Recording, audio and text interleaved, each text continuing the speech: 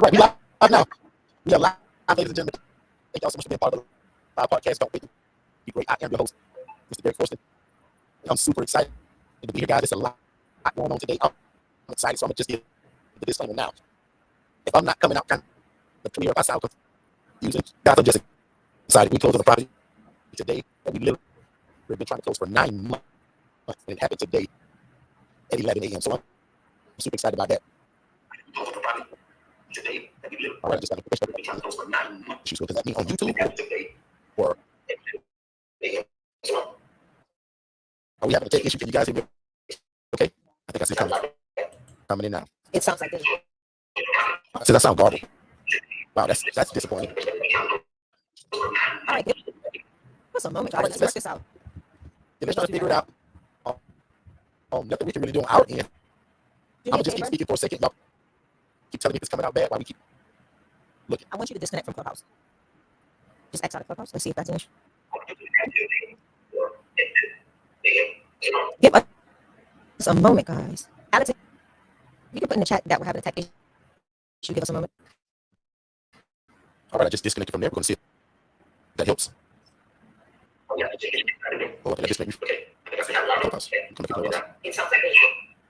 I'm out. Right. All right, so I'm live again, y'all. Don't tell me how I sound now. Is it any better? Has anything changed? Today is Monday. My name is Derek Forston. Super excited that you guys are here. It looks like we got a glitch. Wow. This is real bad. So that must be. I'm gonna blame it on YouTube, guys. So that's nothing that we've changed. Am I still coming out garbled, Miss Rita? Yes. Wow, that's interesting. We may have to go to a different. Sounds a little bit of a still issues.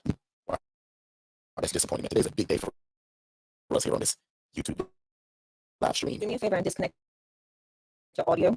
Just disconnect the road completely. Meaning I cut it off or? Cut off the roadcaster and put it back on.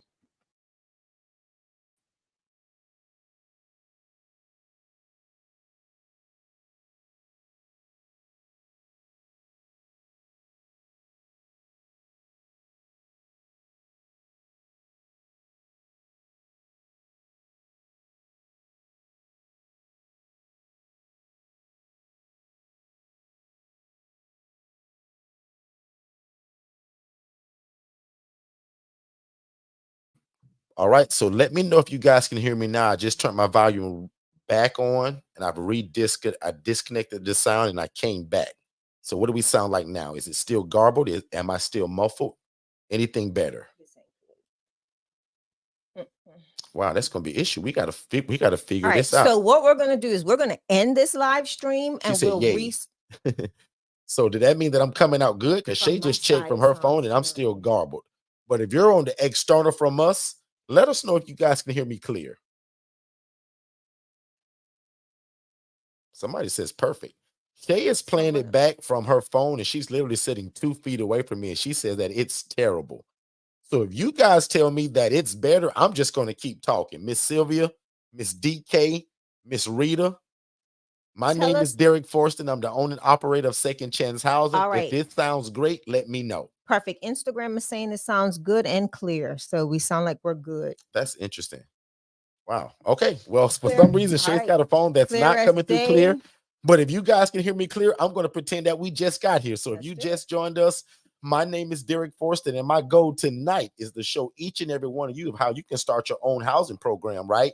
And I'm also going to talk about the difference between an independent living facility, which we've now coined the phrase to, and we have it as a registered trademark now. Literally got the email back from the US, what is it, USPTO last Friday. So we're excited to say that we literally own the term independent living facility. And my job tonight is to show you why we teach people the difference between the two, because the independent living facility, guys, doesn't need a license. You don't have to own the property. God bless my wife and I to buy a property today. This is the first property that we actually bought that's going to be an ILF. So all the ILFs that I operate out of right now, guys, they're rentals. Now, I do own property in Georgia and other places, but those are family, right? A husband and wife and 3 kids, Section 8, things of that nature. But all of the ILFs that we operate in, most people that we teach it to, they rent or lease these properties. So we're going to be talking about today, how do you do that? And again, what is the major difference and why should you run maybe an independent living facility versus a traditional group home? So let's make this super interactive today. I want you guys to put into the chat what city and state you're in. Let's go ahead and speak it in faith of what city and state, Miss Sylvia, are you going to start your independent living facility in? Right? We also do a lot of networking in this room. And just in case if you guys missed the intro, my name is Derek Forston. I am the owner and operator of Second Chance Housing. That's my personal independent living facility. But I'm also the founder and thought leader of Forston Consultants, where my family and I, we go all over the world showing people this model in terms of what it is and how do you do it. So I'm super excited. I would also love if everybody could kind of put in the chat, what is the original way you guys heard about us? Did somebody refer you to us? Did you bump into me on a reel or a YouTube short? Or how did you originally find out about us? I'm gonna let my beautiful wife introduce herself, because what Shay does, guys, Shay does the same thing I do, but Shay does it from a nonprofit standpoint. So Shay, tell the people who you are, what you do, and what's the name of your program, Shay? All right. Good evening, everybody. I am Shanye Shay Forston, better known as Shay. I am the president and founder of the Angela Denise Foundation, which is a 501c3 nonprofit organization here in Orlando, Florida, that utilizes the ILF model to house my women that come through different organizations that have survived domestic violence, human and sex trafficking, literally those with a mental health background or disorder diagnosis. Those are the people that I house in my independent living facilities. And again, yes, I utilize the ILF model through my nonprofit organization. The benefit of having a nonprofit organization for me, one is, again, the ability to obtain funding and donations from individuals, and they be able to compensate, or not compensate, but benefit from providing or donating into a nonprofit organization. So that's what makes this a lucrative option and viable option for me as an ILF provider using the nonprofit structure. So that's a little bit about me and what I do. Also, I am co-founder here at Forston Consultants, as well as Digital Flow Solutions, VA 101, and I think we got a whole bunch of them. So just, yeah. So those are a few of my hats that I wear. And again, like I said, tonight's room, we are super excited. We're a little bit all over the place. We've had a hectic emotionally day, but a great day. Last night we had an amazing live coaching session, within our private communities, which was amazing. A lot of information, tons of growth and opportunities for our ILF owners and ILF, our IMB, ILF Mastery Blueprint family to come in, ask questions about where they're at, what they've got going on. It was amazing. So you don't want to miss joining the IMB, which is the ILF Mastery Blueprint, and our community that comes with that, where we discuss all things independent living facilities, and all things in housing. Okay. So don't miss out on that opportunity. A great opportunity for you to see how you can get involved in your community by helping others, by providing housing, whether it's through an LLC or a nonprofit organization. It does not matter. We don't care if you're a C Corp, S Corp, whatever it is. There is a need in your community, and you can be the person to help meet that need by providing housing to those individuals. Derek? Absolutely. Also, guys, if you're brand new to us, we love new people, and we also have a free gift. You know how you go to a brand new church and they say, hey, raise your hand if you're new. We got a free gift for you. We do the same thing, y'all. So we love teaching people so much that we incorporated that about 3 weeks ago. So if you guys are absolute new to us, type the word new in the chat. My assistant, Alex, is also in this room, and he's here to help you guys with anything that you need. He's also going to be putting things on the screen and also scrolling things at the bottom. But guys, what we specialize in is breaking this information down to people, also giving y'all an opportunity to be a part of it. But also we love answering questions. So throughout this whole night, as I begin to unveil what God literally gave to us in terms of what is this independent living facility model, you guys type your questions into the chat. And then before we leave here tonight, my job is to make sure that we answer each and every one of them. So welcome everybody that's on YouTube. Twitter, and Facebook. We appreciate you guys being here. I would love it if everybody can come to YouTube. That's our favorite. We also would love it if you guys could subscribe to our channel. That way you will never miss any of this information. But we always tell people, if you love God, love people, and love real estate, you're in the right place. Because again, most of you all have heard of the models that we talk about, group homes or ILFs. Those models require a license, but an independent living facility does not require a license, and you don't have to own the property. And it's simply because we're housing individuals that can cook their own ham sandwich, they can provide their own transportation, and they can take their own medications. Those are the three major things why most people, right, when they attempt to do something like this is what gets them in trouble. When you try to be a nurse or a CNA and you're pretending to be a nurse by administering meds, you're going to get in trouble. When you're trying to drive these clients around to the doctor's appointments and things of that nature, that can get you in trouble. And guys, as great as I think I can cook, guys, I'm not that great at it. So I don't cook for these clients.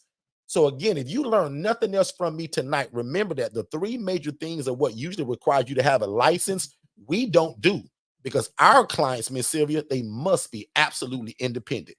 Qatar in South Carolina, there's no way that we can have multiple of these properties and have multiple other businesses if we're sitting around babysitting people. So guys, when we teach this to you, I don't want none of you all to have a babysitting service.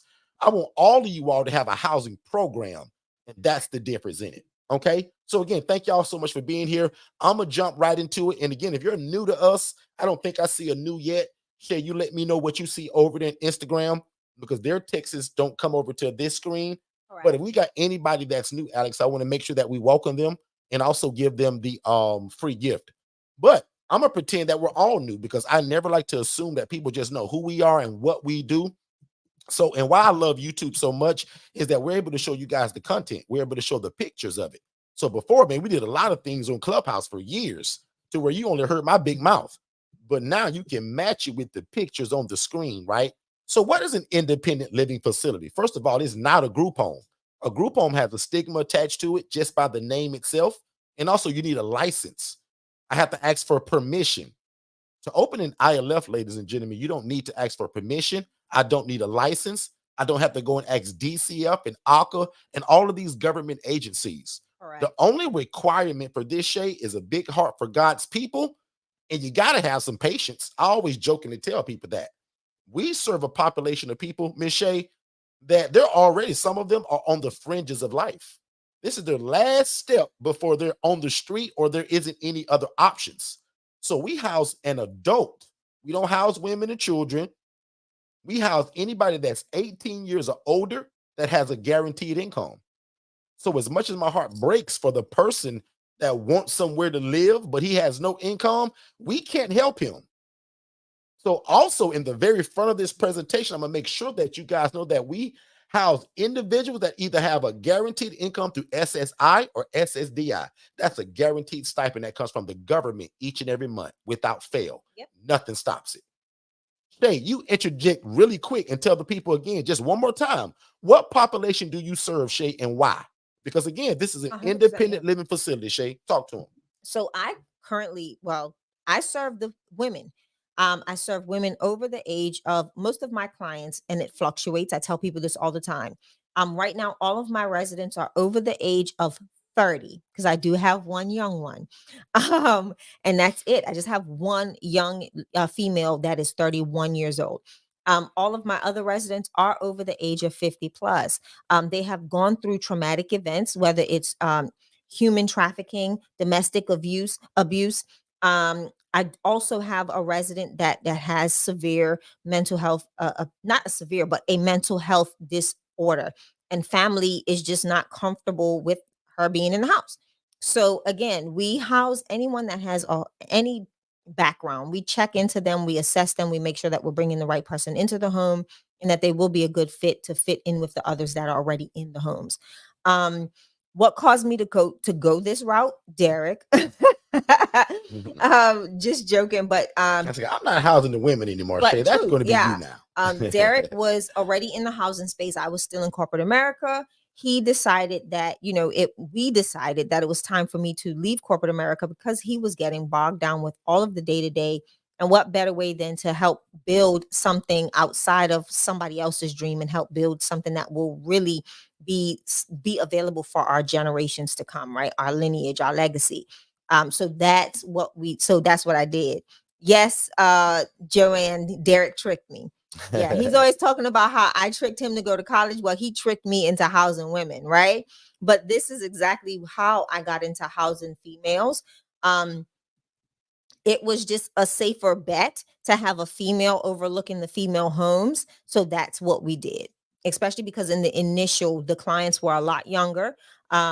We were partnering with a program that was dealing with young women under the age of 40, between the age group of 22 and 40. And that's what caused us to make that transition, just for safety reasons, keeping him safe, keeping the legacy safe, keeping the business safe. So that's why we did that. Good stuff. I love it because Shay, the reason why I have you interject all the time is because I do this from the standpoint of being an LLC. Shay is a nonprofit. So when you guys say, well, which one should I go with, Derek? Well, that's a personal preference to you. I was afraid of a nonprofit, right? So I went LLC because to me, it just made more sense. It was more cost effective for me at the time, and I can get started that fast, right? There's a lot of other things kind of comes with it when you want to do this in a nonprofit standpoint. But also, guys, again, this is a shared living environment where adults are able to live and thrive without the need for medical staff and or oversight. So when people say, Derek, what is an ILF? What is your definition of it? Well, now that we have it as a registered trademark and we own it, I have the right to say that ILF for us stands for, again, we house adults that have a guaranteed income of some kind that is able to live and thrive without the need for my help. Correct. Meaning my responsibility is to make sure that the lights and the water and the Wi-Fi is running. Other than that, Shay, they don't need my help. They can cook their own bologna sandwich, right? They can provide their own transportation through their insurance usually, and they can cook their own food. Transportation. I'm not driving them to the doctor. I told you guys about that. And I'm not cooking their food. They don't want me there anyway cooking. And the 3 steps to getting started to all of this is that we have a webinar, guys.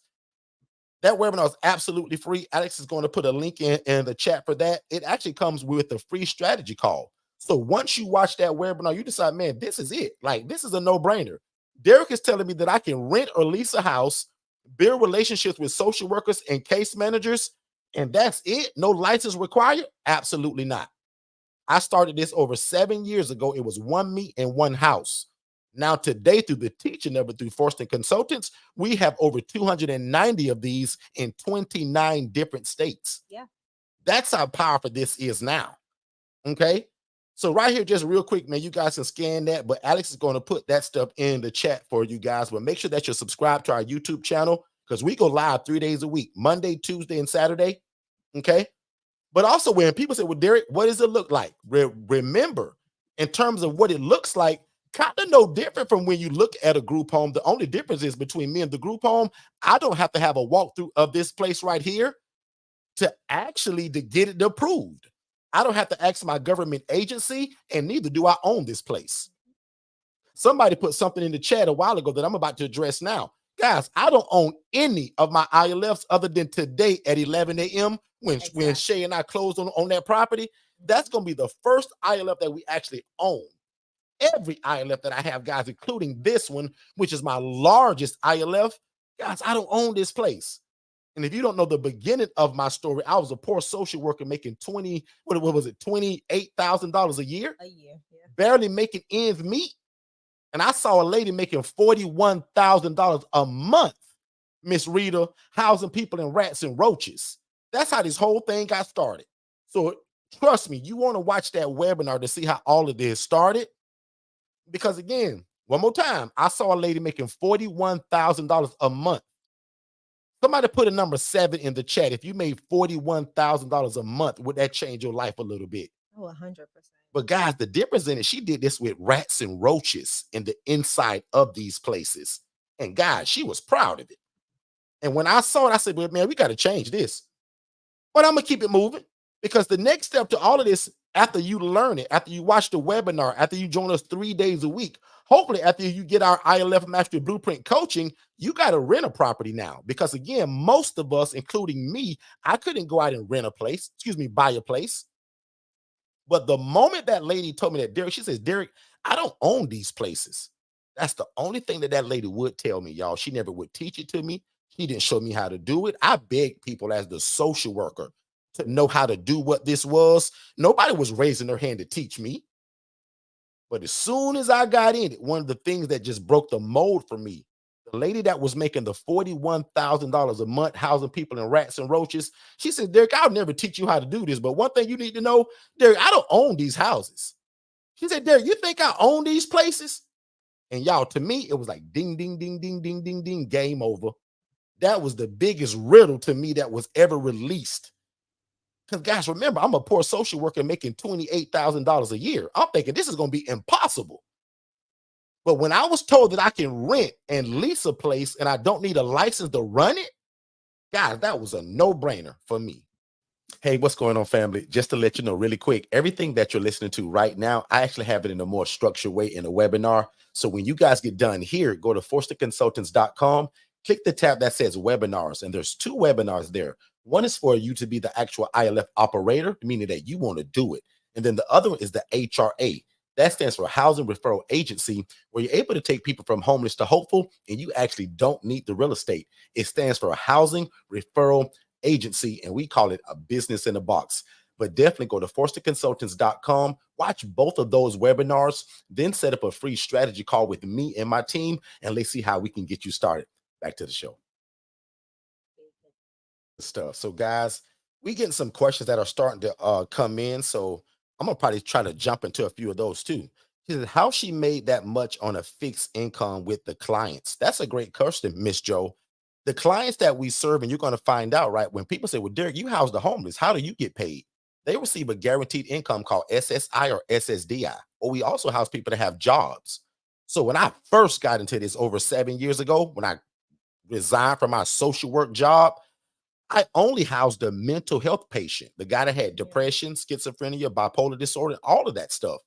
But most of y'all don't know it, and neither did I, even as a social worker. Them people get a check, as y'all call it, but it's a debit card, actually, that's called Direct Express. That's the name of the debit card that they get. That's how they get paid, y'all. And it comes every month.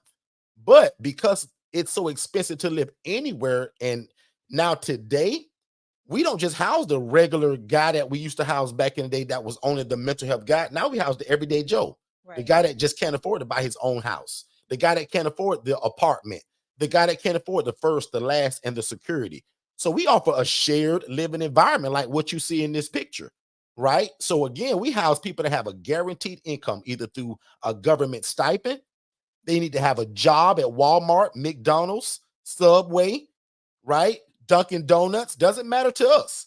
As long as they have a stable income of, and some of them come from programs where the hospital will actually have a program where they call you and they'll pay you. We work with the jail system to where the jail system will pay you, right? So if you guys are new to us, this may be foreign, but my people that have been around a while, we talk about this all the time of the many different ways that we're paid. But again, ma'am, on that fixed income, these are the same clients that cannot afford the house and the apartment. But what if I say, hey, you know what, sir or ma'am, I have a house, and if you don't mind a shared living environment like this picture that you see, you can come live here for, say, $680. And I'm going to take care of the lights, the water, the cable, the Wi-Fi, the internet, the security system. See where I'm going with that? Not even just that, Derek, is also thinking about the process, right? This lady didn't just have one house, Miss Joe.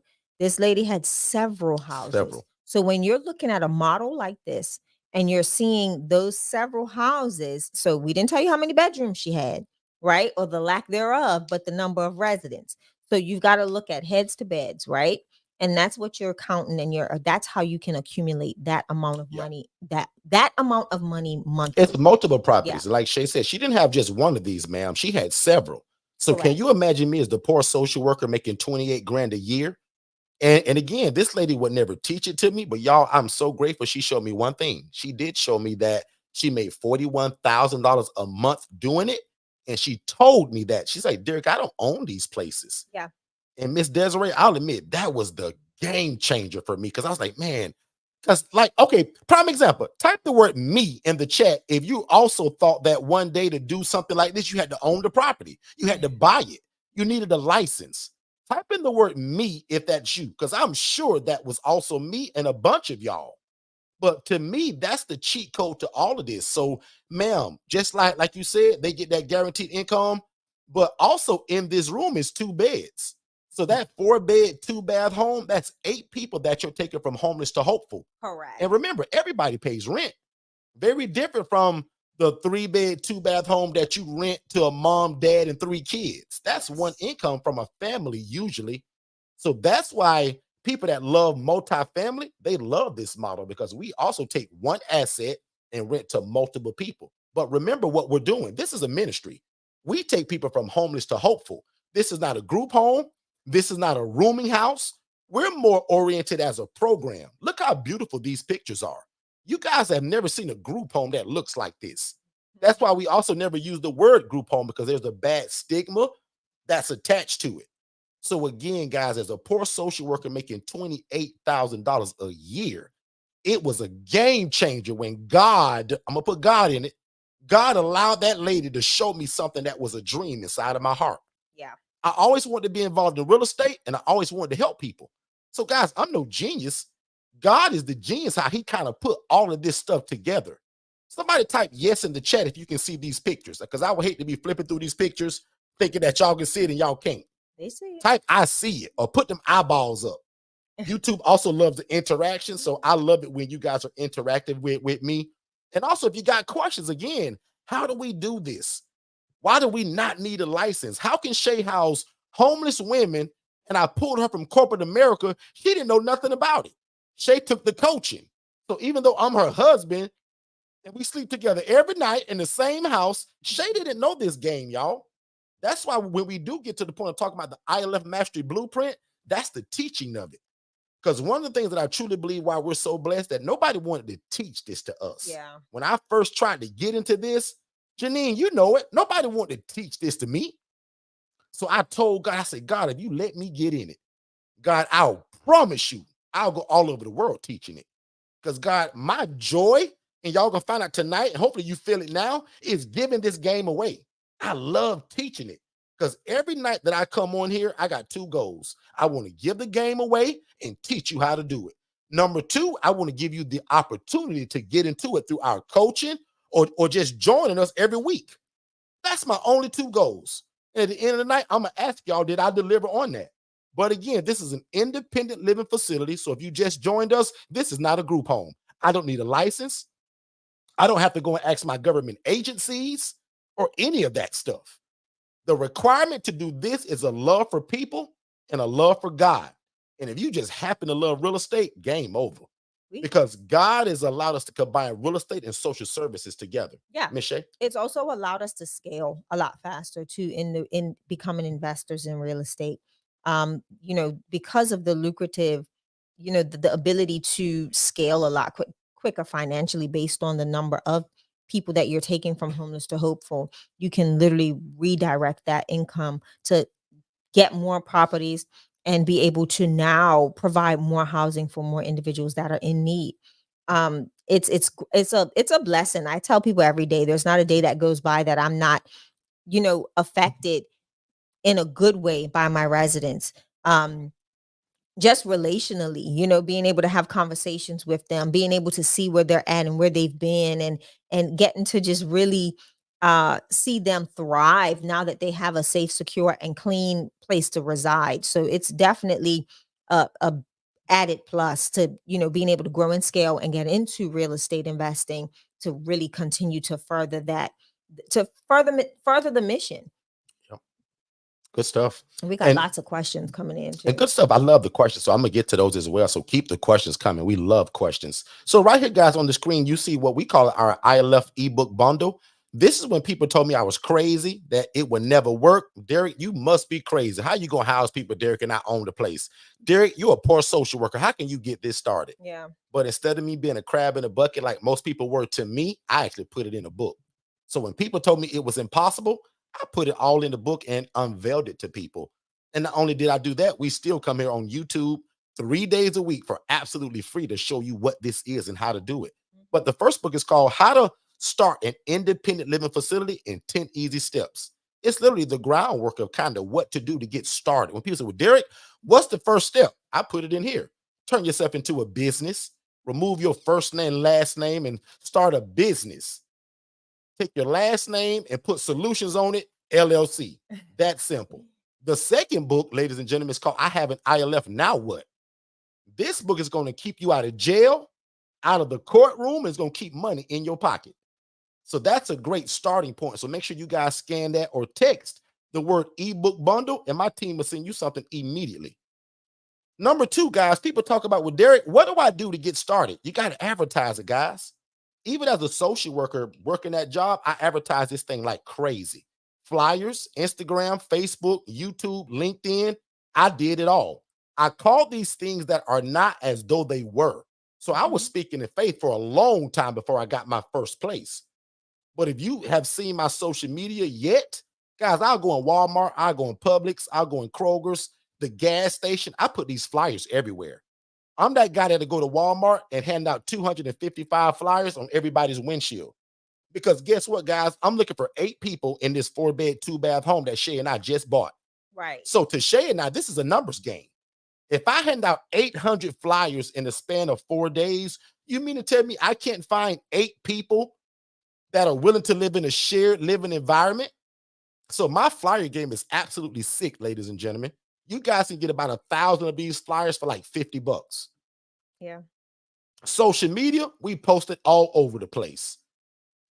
Right here, I talk about going to Zillow, because word of mouth, Zillow, realtor.com is how you're going to rent this place. Most of us just can't go out and buy a place tomorrow. That was my story for many years. This is the first ILF that we've purchased since I've been in it. We did it today at 11 a.m. Super proud of that. And we're looking for the owner, by the way, ladies and gentlemen. I'm not looking to talk to a company per se. Right. So realtor.com and Zillow, I'm going to search it by the owner so that I can give that spiel. Right here talks about word of mouth. Guys, I told everybody about this. People got tired of me talking about it. This happens to be an open house to a brand new ILF that I had just opened. But the gathering of people to tell them what your vision and your plan is. Oh, and the smart thing to do is also invite social workers and case managers. 100%. How smart is it that you invite the people, even if it's only a Zoom? You said, well, Derek, I don't have a house. Why not do a Zoom? And take them on a tour. Why not do a StreamYard and just talk about what's to come? So bring up a few questions, because I'm getting ready to answer a few questions. But this word of mouth, again, to me, when you go to the grocery store, Publix, Walmart, when the lady is bagging your groceries in Publix, and she said, well, ma'am, what do you do for a living? Or, ma'am, how you doing today? Oh, I'm doing great. Just shopping for my people that I house, which are homeless, and I have my own program. Guys, I used to just find ways to just blurt it in there. Not used to. You still do. Right? And again, I got an ebook that I kind of tell you guys all the verbiage, what you should say, what you shouldn't say, what you should wear the day of. I'm real big on that stuff. Walk to the appointment or drive to the appointment branded. Don't wear your favorite red shirt or your favorite pink blouse. Put your company name on it. Yes. So that when you begin to speak to people, you look like what you sound like.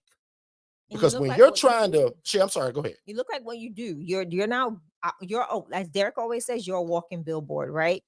You are going to be the marketing agency for your business.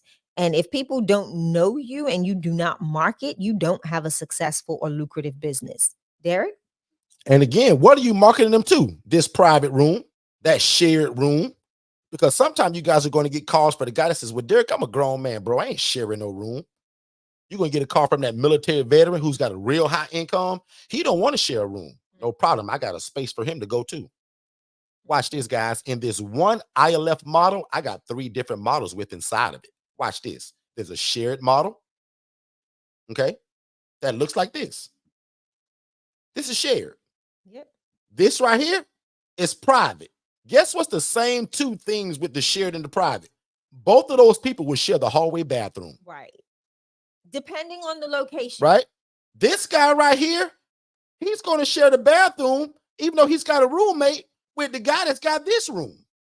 Yep. But guess what? I also got a model that's called the private suite, where he'll never share a bathroom, a toilet, or the room with anybody. So this is the room that the military veteran gets when he calls my phone with Derek. Well, where you gonna put me? I don't want to share a room. Well, no problem. I got a private room as well. Now you do know it costs a little bit different, sir. No problem, Derek. So again, if you just join us, I'm showing you guys how we house the homeless and the displaced and how this model is different from a group home. When a social worker calls me, I can make a decision in 10 minutes whether I'm gonna take the client or not. A group home got to go through a lot of steps, and it may be 3 or 5 days before they can move a guy in. More than that. I can make a decision on the spot, which makes me a no-brainer for the social worker or the case manager that I'm working with. They appreciate that I can make things happen fast. Ms. Shay? I want you to go a little deeper, unpack that, as my sister-in-law Kiosha would say. Unpack the importance of why you being able to make a decision like this, other, on the spot, other than why is that so important? Shay, because these people are homeless. And a lot of times we get the call from the street, from Walmart, from the hospital when they're being discharged today, and whether they have a house to go to or not, the doctor say he got to go. So Shay, I need to be able to make a quick decision and not take 5 days. So when I tell the case manager, ma'am, let me discuss this with my team and I'll call you back in 15 minutes. She think I'm a genius. Yeah. And what about from the social worker standpoint? Because you were a social worker, there were some things that you had to deal with in timeline. So what made this the shared living or independent living facility aspect, or even the idea, so what made you as the social worker want to work with an independent living? What would make your social worker like you want to work with me when it comes to that time frame of me being able to say I can take this individual like today?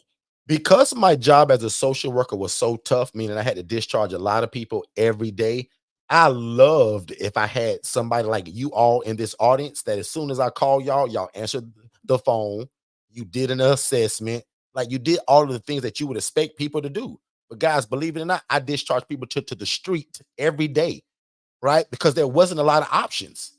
So, and also when I did call people, the lackadaisicalness and like no enthusiasm in their voice and not returning my call.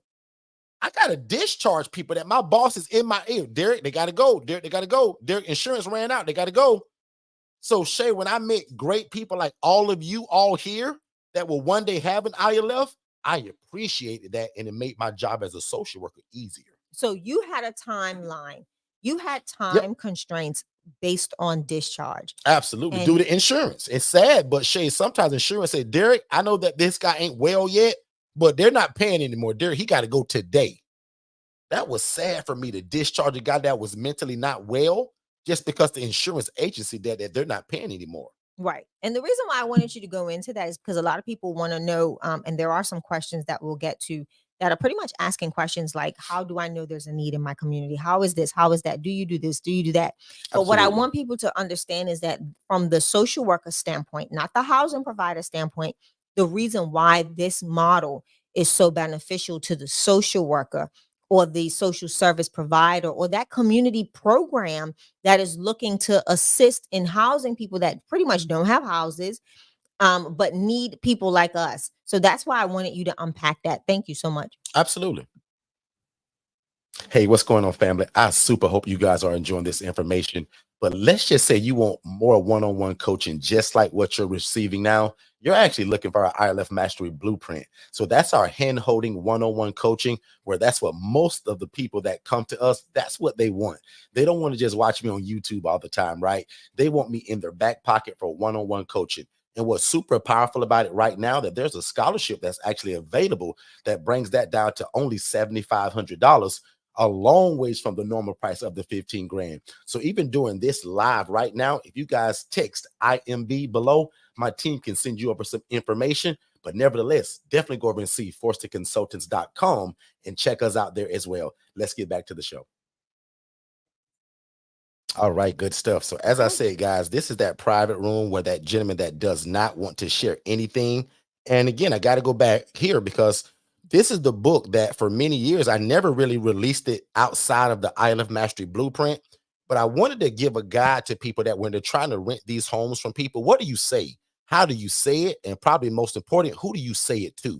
Because again, the conversation between you and that social worker and that case manager is different with the conversation between you and that case manager, right? Or the social worker, and definitely the homeowner.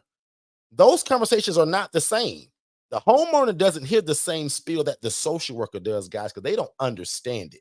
So I want to make sure that you guys had a chance to know all about the pursuit of purpose and profit. And that's how to get these properties, what to say, how to say it, and definitely who to say it to. So oftentimes people say, well, Derek, who do we connect with? Where do we get these people from? Derek, you talked about the house. We don't have to own it. Okay, great. Where do we get the people? Hospitals, substance abuse centers, social services, mental health hospitals. That's why I worked there for 9 years, guys, before the light bulb came on in my big head. And leads from your flyers, cold emails, things of that nature. And I'll give an example. When I told you that I hand those flyers out so much, I hope that all of y'all subscribe to the YouTube channel and go and be nosy and follow us on Facebook and Instagram, because I literally post a lot of content. And literally a few weeks ago, I posted a guy that saw my flyer next to the eggs in Walmart. Because if you like me, you'll put your flyers by the eggs, by the cheese, by the dairy, by the socks, by the t-shirts, by the shoes, by the beef jerky, by the steaks, by the pears, by the apples, by the vegetables, by the Gatorade, by the Advil. I think they get it. See where I'm going with that? All over the store. This gentleman saw a flyer of me. I think I got one over here. Literally next to the eggs, called us. I drove to Walmart. I done the assessment in the parking lot, y'all, and housed the guy the next day. Yeah. We just talked about how fast this can happen. That can't happen that fast with a group home or a licensed facility.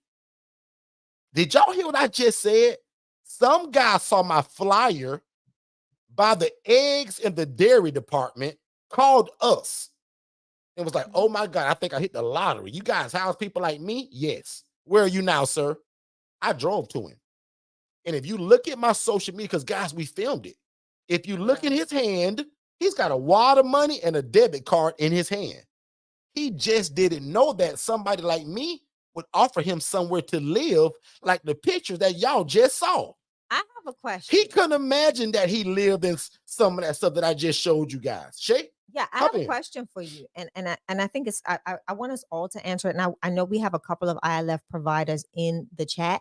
I want them to also post in the chat, like, what are some of the responses, or have you all encountered that person that has found your your marketing information in random places, that has called you, and what has that made you feel like how has that made you feel? Derek, how important and why was it so important for you to get those marketing pieces out there the way you did? Like, what was the aggressiveness behind that? What caused you we to got to so make it aggressive? work, and no excuses. When I came to you, Shay, many years ago and told you, Shay, I'm finna quit my job, I just found what's gonna save the rest of our lives. As your husband, as a man of my word, I couldn't have an excuse, Shay. And again, to me, Shay, it's a numbers game. If you guys get a 3-bed, 2-bath home, you're only looking for 6 people. If you get a 2-bed, 1-bath home, you're only looking for 4 people. If you get a 4-bed, 2-bath home, ladies and gentlemen, you're only looking for 8 people. Guys, I'm gonna print 1,000 flyers at $40 a whop, and I'm gonna put them everywhere. When the calls come in, we now do the assessment to see if they're a great fit. We move them in. Guys, this isn't rocket science. So all the gibber that you heard about starting a group home or an ALF, that's baloney. Start one of those later on.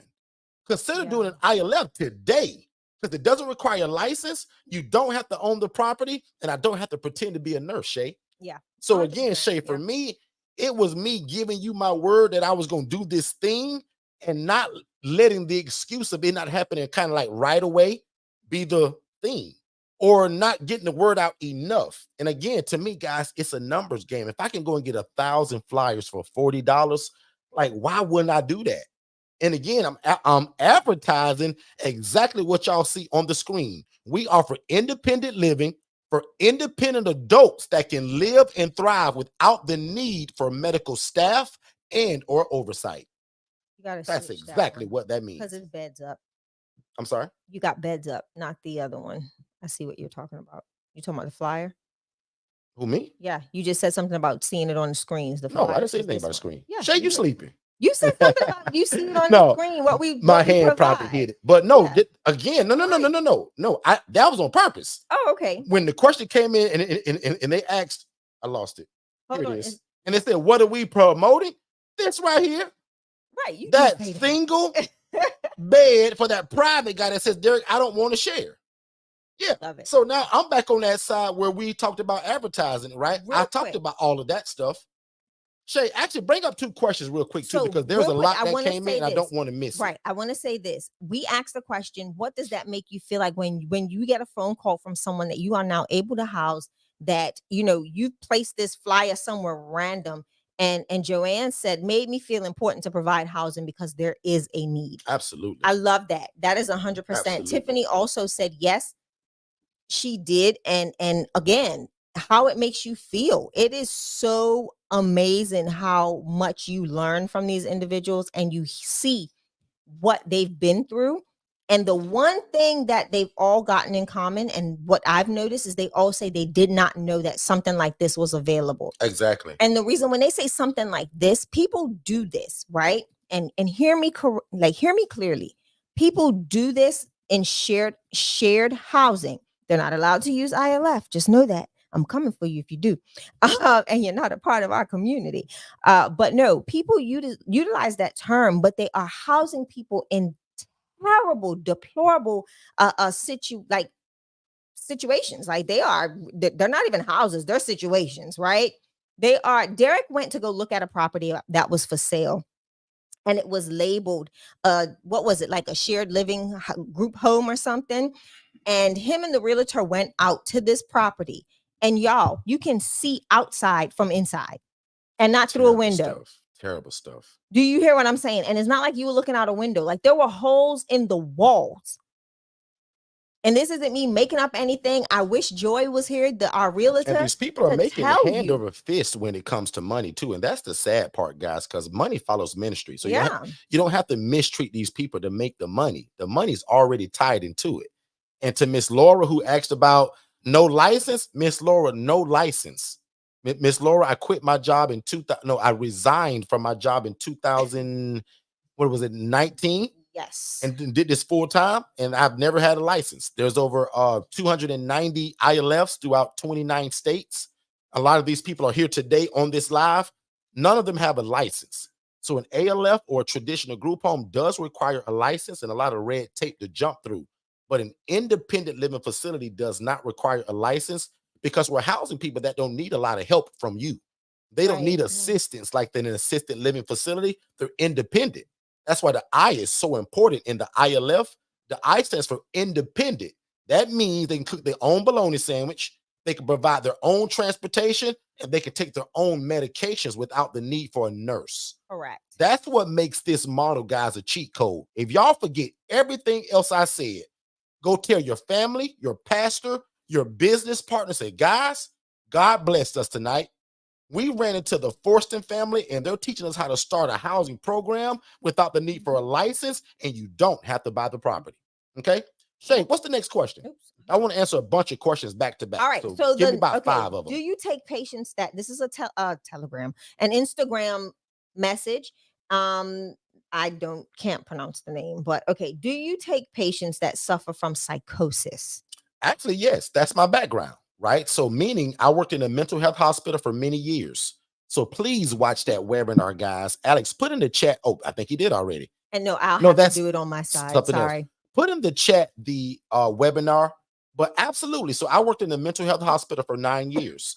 My largest population of people that I house today, they have a mental health diagnosis: schizophrenia, bipolar disorder, schizoaffective disorder, major depressive disorder with psychosis.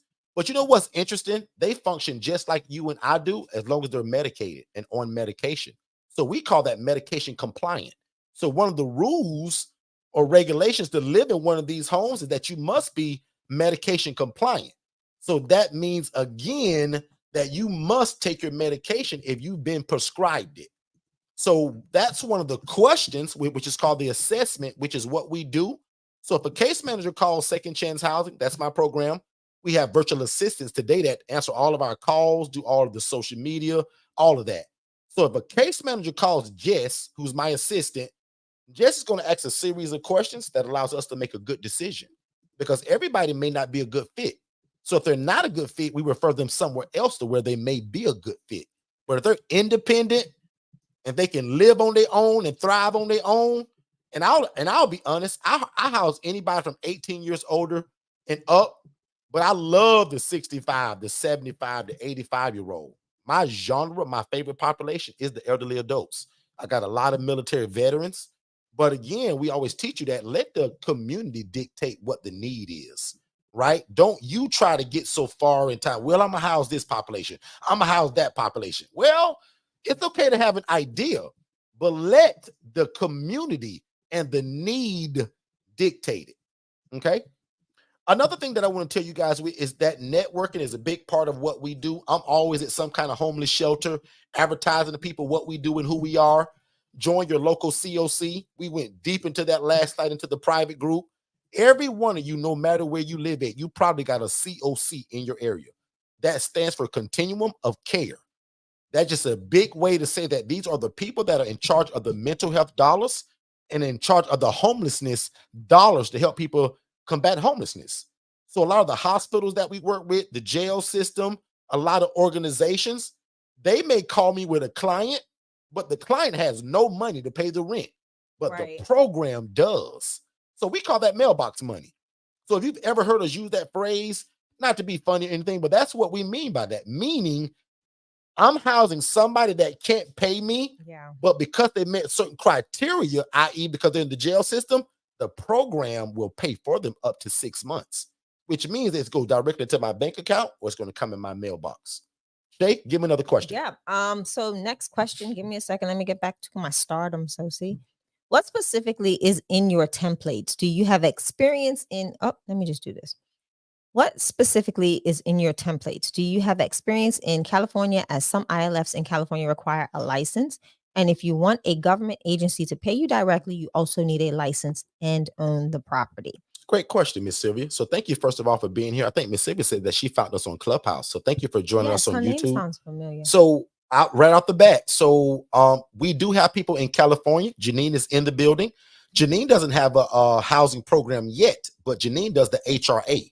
So if you're new to us and if you've never heard of the HRA stands for Housing Referral Agency. And it allows you to house the homeless and the displaced just like we do, but you're doing it from a referral basis. So meaning, just as a small example, we got two ladies in their 70s, and I always give this example of these two women. They're in their 70s, and now today they don't even want a house. We've taught them how to become a housing referral agency. So they make anywhere from $300 to $900 a week, literally by referring people out. Yeah. So meaning they do the same homework that we do to get their phones ringing from social workers and case managers. But when they get the call, because they don't have a house, they call somebody like me. They call somebody like Shay. They call somebody like Katara, Tiffany, Joanne. Right. Yeah. And then if that client moves in, Miss Sylvia, you just made a referral fee. So I'll admit, a lot of people that we teach before they get their house, a lot of them actually want to be the housing referral agency, because the HRA allows you to do what God has put on your heart without any excuses that you can't buy or rent a property. So I tell people that it's genius. The day that God showed us the HRA, that removed every barrier, every excuse. Because all of you all that are hearing me right now under the sound of my voice, you guys can start referring to me tomorrow. They just bought this house that you see on this screen. Shay need 8 ladies right now to go in that place. All of you, if you're listening to me right now, you should go and watch that 14-minute webinar that's on our website at forsterconsultants.com after we're done here. And in 14 minutes, I can explain to y'all how y'all can make money tomorrow housing the homeless. Put a thumbs up in the chat if you think that's pretty cool. And then also for Miss Sylvia, we do have partners in California. We're also teaching an organization that does this already. And then they are doing it from a non-licensed standpoint. and they do not need a license, and they are obtaining some government funding. So it's all about knowing your community, the area that you're actively working in or looking to start your ILF in. Do some research. Always, I tell people all the time, do some background, see what's going on in your area, note and see if you are seeing ILFs that are requiring licensures. 9 times out of 10, it's most likely a group home, a high functioning group home that's receiving some sort of uh, funding dollars, Fed funding dollars.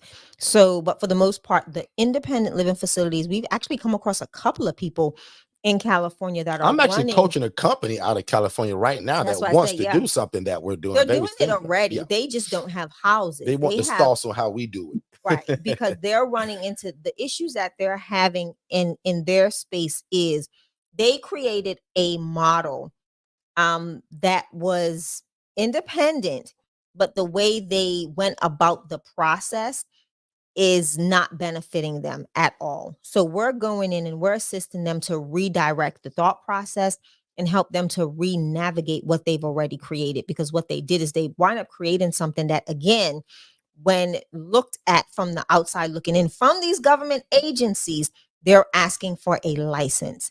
And that is, in fact, what they did wrong. So now we're actually training them on how to reestablish what they already have and kind of really correct the actions. For the most part, like I said, there are people in California that we've come across, several individuals that we've had strategy calls with. Done some 1 or 2 time consulting that have houses that are utilizing this exact same model and are very successful. Unfortunately, I'm not at liberty to share their information because of the type of contract that we sign, but they are there are people in California doing this specific model. Janine is one that is prepping to, first quarter. Janine, we with you. She's looking to have her house prayerfully within the first quarter of this year, and she will be a housing provider in California. Good stuff. Okay. Good stuff. Next question. And keep the questions coming too. We love questions. You guys have all shared facilities with 2 in a room?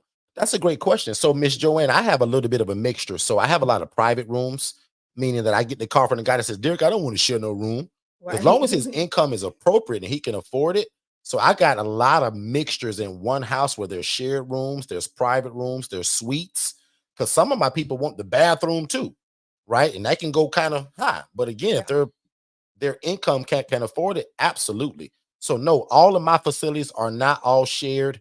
I do a lot of private, and Shay and I's rule is that when we buy property, we may not ever do the 2 per room. We may consider to only do 1 per room, because again, when you own the property, your overhead is a little bit lower versus the rental. So that's why my whole life of being in this, I've always pretty much did 2 per room because the rentals are so high. But now that we're buying property, the overhead is lower. So I think, Joanne, you and I even talked about before, if your overhead is really low, don't even consider going 2 per room. Go 1 per room and call them all private suites and just charge them more of a premium. Okay. So great question, Joanne. I want to go back real quick to the other question. And this is just, I'm going to drop a gem. The only person that we've coached that needed a license is in this room, and they needed a landlord license. That's it. They just needed a contract stating to their state in that city that they're allowed to be a landlord. That was. I'll even give another disclaimer. I always tell people, get whatever you need to get to make you feel comfortable. I love that. I'm gonna say it again really slowly. With what we do, ladies and gentlemen, you do not need a license. But if there's something in your city that says that you can get a rental license, that you can get an occupancy license, or whatever they offer, if that makes you feel more comfortable to do business, do it. But when people just ask me as the bottom line, Derek, do I absolutely need a no? What license is it? You rent rooms to people, and they're not ALF kind of people where they need assistants and doctors and nurses. So to dumb it down, you rent rooms to people. But just on a higher level, we run a program that's called an independent living facility. So again, guys, I always say this, but guys, this isn't rocket science. If you've just joined us, We're delivering tonight of how you guys can start your own housing program and never have to own the property. It doesn't require a license. You need to love God and love people and have some patience. That's pretty much it. And to me, this is the easiest way to get into real estate because, again, I don't have to buy it. I can rent a house and then rent to multiple people inside of it. And watch this. We love God, we love people, and we love real estate. So you show me something where you can do God's will, but God has already combined your income into it. I talk about this all the time, right? Yeah. Now, this is what I like to live by, but I like to give it to other people if you don't have nothing that you live by. Watch this. What we live by is that we want to please God. We want to help people. We want to be respected by our community. And we want to make enough money to be able to feed our family. That is truly what I live by. And that's my prayer for all of y'all. Watch this. Watch how I turn it for y'all now. I want y'all to please God. I want y'all to help people. I want your community to respect you while you're doing it. But I also want y'all to make a bunch of money to be able to feed y'all family, but also to build the kingdom of God. Because in the Bible, it says, if we focus on the kingdom, if we build the kingdom, all of these things will be added unto us. And a lot of us got some things that we want. But how amazing is it that God has created this thing, and I'm going to call it a ministry, to where he combines social services and real estate together. All we're doing is combining them, guys, and pouring it all over the world now. So again, this isn't rocket science. This house you see on the screen when people say, well, Derek, what does it look like? A regular single family home. This is one of the homes that are in the cul-de-sac that when God blessed me with the cul-de-sac. Here's another one. When people say, well, Derek, can I do this in a mobile home? Absolutely. If it's on his own land, we don't mind that. In fact, as you can see, this was for sale. One of our students bought this and they're now running an ILF out of it. Yeah. Here's another one that somebody got a little bougie. He got a big old house, 7 bedrooms, 3.5, almost 4 bathrooms in here. You know how many people you can take from homeless to hopeful in a place like this? But don't get it twisted. We tell everybody to start somewhere. We got a gentleman in Lake Wales, Florida right now. He got a 1-1. It's a 1 bed, 1 bath. Yes. You got to start somewhere, guys. Derek, I have a 2-2. Shay's got the 2-2. It's like you just got to be realistic, right? Know the area you're going into. What is the high turnover? I've got a 2-2 that's had the same residents in it since I opened the doors, and I don't I barely go there. Don't go there. They pay rent. When I do go, it's not like I don't go. I go, but I'm not having to go there every week because they're older women. They all work, and it's literally 4 ladies, and they do amazing together. They're doing Golden Girls, together, and they're doing great. Like when I go, somebody's either asleep because they just got home from work. Somebody's either doing this because they're cooking, or it's a blessing when you know how to assess and get the right residents, and you know how to I didn't know how to do this initially, right? So when I was taught by Derek how to do the assessment effectively and really know my residents, when I did my assessment, I never assessed on my credentials. I did on my credentials, but I more so looked at the personalities of the people that were already in the home as well. So it's all about just really creating just nurturing who's in the home and bringing in the right people, and you can have a very effective and efficient ILF that does not require that much oversight. Now, in the beginning, I'm not going to lie, I had some whippersnappers. Like I really had to hone it in. My assessment was rough. It was not beneficial. I was called to the house plenty of times until we were able to get that stabilized and sorted out. And that's what made it beneficial. And again, that's in a 2-2. A 2-2. So start somewhere, ladies and gentlemen. Right here on the screen is a 4-bed, 2-bath. And again, what's different from us in a group home, I don't have to own this place. There's no license. There's nobody that wants to walk through it, to view it, I got to pass certain tests. None of that, guys. I just need a nice house where the roof ain't leaking, the AC's working, it looks nice in the inside, it smells nice, no roaches and no rats. If I saw a lady that was doing this, y'all making 41 grand a month and rats and roaches, y'all don't think y'all could do this better? That was my thoughts. As soon as I saw a lady making $41,000 a month doing this, I said, God, you got to get me in this. I said, God, I'm making 28 grand a year. God, I would love to make 28 grand a month. You just showed me a lady that was making 41 grand a month. God mistreating your people. Yep. I started being a snitch, y'all. I started snitching on this lady to God. I said, God, you Like don't he see didn't know. this lady mistreating your people? I said, God, if you let me get in it, I'll be different. I'll change it.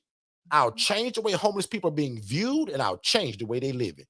And God, unlike the people that's hiding it from me, God, I'll teach it to anybody coming my path.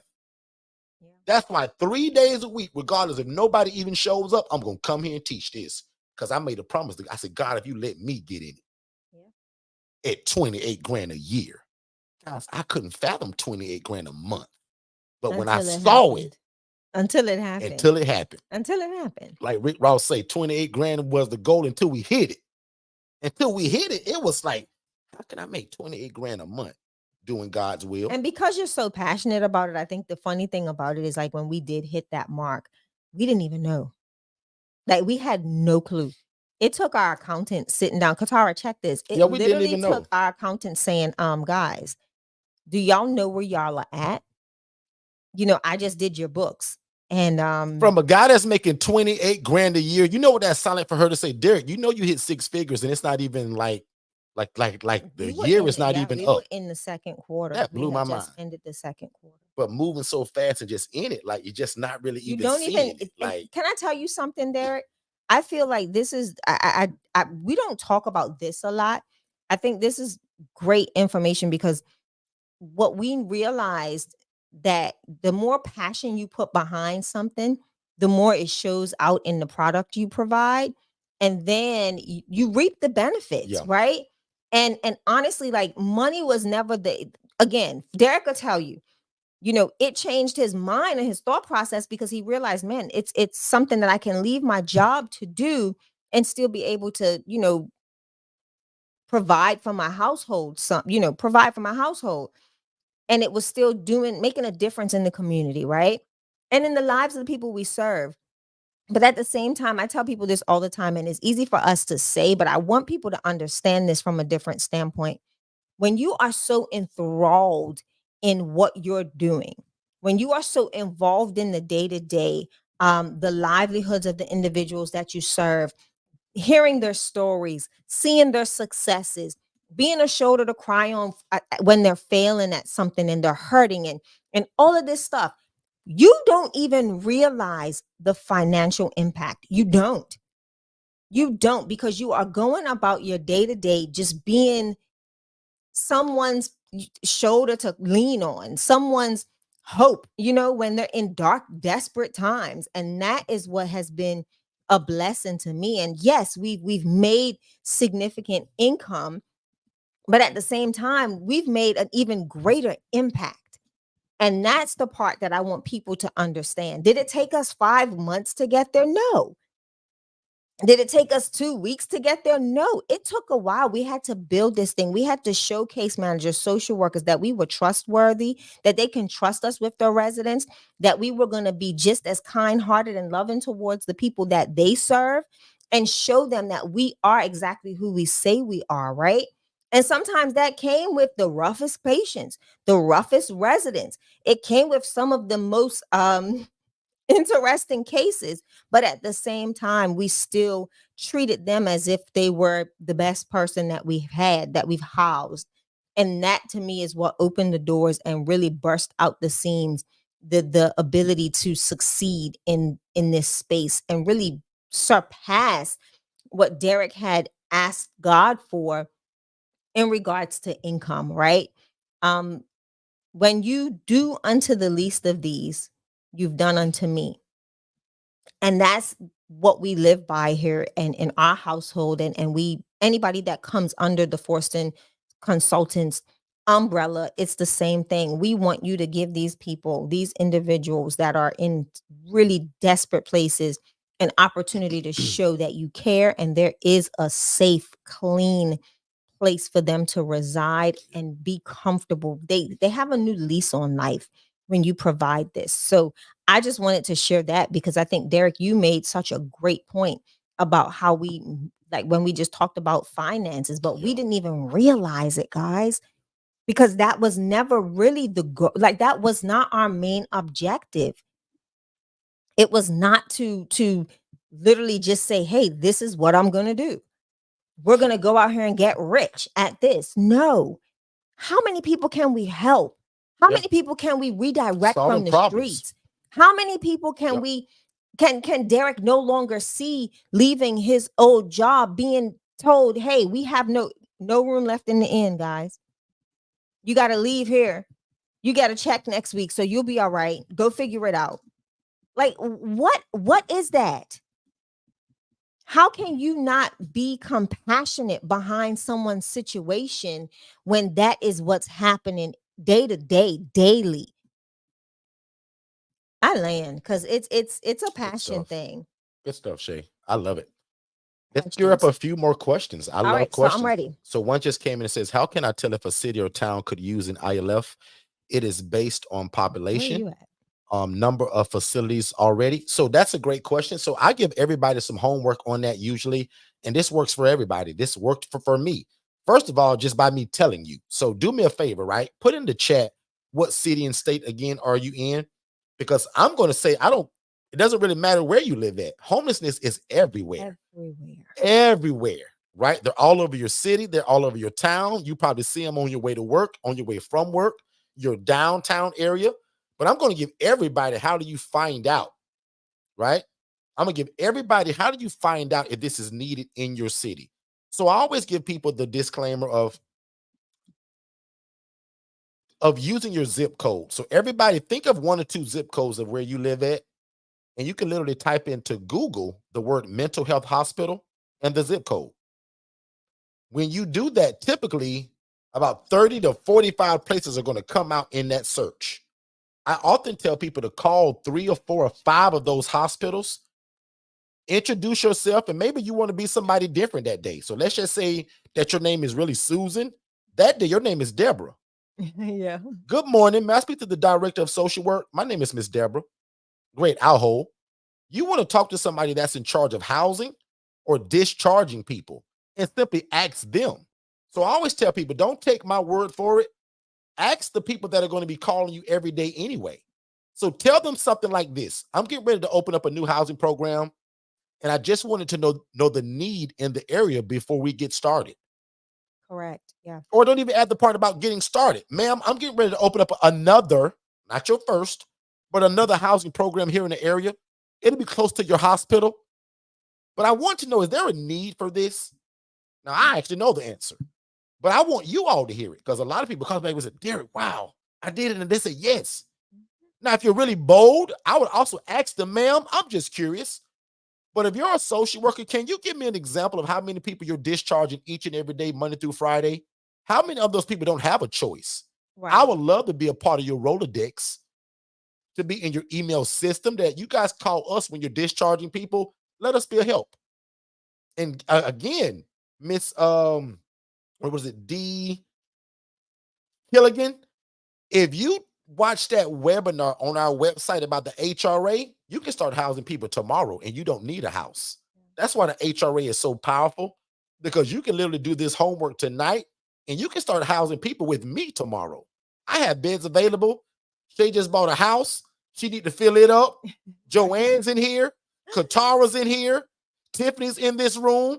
Dornico's probably here somewhere. There's a lot of people in this room already that I teach each and every week. They would love to take your referral. So if y'all do nothing else, Alex, please put this in the chat as I'm saying it. But that HRA will allow you guys to house the homeless and the displaced, and you never need the real estate. You need relationship. Yeah. If you don't understand that, put I don't understand. Because I don't want nobody to leave today thinking that they have to go and have a house, go and buy it or rent it to be able to do this. Every Saturday at 10 a.m., we talk about how do you do this without ever having the property. But I want to just take a moment right now to make sure that everybody understood that if God has put on your heart to house people, and you want to house the homeless and the displaced, but you don't have a property, guys, The HRA is for you. And again, it stands for Housing Referral Agency, which allows you to house homeless and displaced adults, take people from homeless to hopeful, and now you make a referral fee. It's almost the same as wholesaling real estate. This is kind of the same, but we're dealing with lives of people. So let's just say you get a phone call from a social worker. You can't house that guy. You don't have a house. But what if you have a relationship with somebody like me that says, hey, give me a call. Give Jess a call, my assistant, because if that guy's a good fit, he's a military veteran, 6 to 8 years old, I want him. And if we move him in, guess what I'm going to pay you? A referral fee. So essentially, guys, again, the HRA has allowed people to get rid of either the hurdle, the barrier, or the excuse that you can't rent, lease, or buy a property. Because if you got a cell phone, an internet connection, and the willingness to talk to people, that's all you need to make the HRA work. And I just told y'all, I have about 7 beds available. Well, actually 6 now. Less than that. I think I got 5 or 6 beds available right now. That by the time you and your family watch this HRA tonight, you guys should be referring to me tomorrow. And again, that's the HRA, ladies and gentlemen. Take a look. Hey, what's going on, family? I hope you guys are enjoying the content. But just in case if you arrived just a little bit after we started, we're literally discussing the HRA, which stands for Housing Referral Agency. There's a lot of people that want to get into what we do when it comes to housing the homeless, but they're not ready to buy a property or rent or lease one just yet. But with the HRA, it's going to allow you guys to still house the homeless, make an impact in your community, and make an income, and you don't need the property. The HRA is all about relationship. So literally, guys, prime example, even me, I have 5 beds available in Kissimmee, and I have 4 beds available in Orlando right now. You guys can begin to referring clients to me immediately, literally after learning this information. Let's get back to the show. All right. So Derek, let's go ahead and get some more questions. I love questions. So Instagram, what if they say they take their meds, but they don't comply? How do you evict them? It's a process. So just like any other eviction process, I also own regular real estate where I went to a mom, dad, and 3 kids. So if I need to evict them for non-payment or destruction of property, it's the same process even with these folks, right? Yeah. So if they're telling me that they're medication compliant, but they're not, the first job is I'm going to try to get them help. I'm not going to try to kick them out immediately. My job is to help them. Because let's just say that he forgot or they just got a little bit off track. Not the guy that's on razzle dazzle and he don't want to take his meds and he's not going to take them. Not talking about him. What about the guy that maybe just slipped or he forgot and he gets a little off mentally? I'm going to try to help him actually. I'm going to join forces with his case manager or social worker or the hospital he came from or myself and try to get him back on the right track with his meds. Even though I'm not a doctor, I'm not a nurse, I'm not going to administer them, I'm going to encourage him. Because, hey, buddy, if you want somewhere to live and not be homeless on the street, just take your meds, bro, and you can live here for 100 years. That's my spiel to that guy. My program is called Second Chance Housing. I can't kick out a guy the first time he mess up simply because of what my name is. And we won't. That's just something that we don't do, right? So, and that's my whole model, and that's where the name came from. Unless there's harm. Derek, you're going to deal with people that, boy, you might want to put them out the first. That's why I named it Second Chance. Because this population that we serve, by the time that you just screw up with me, this is their 50th chance usually, but we just call it their second chance. So great question though, but no, I'm going to try to help that guy. But if he's refusing, then yes, we're going to have to go through the regular process of evicting him.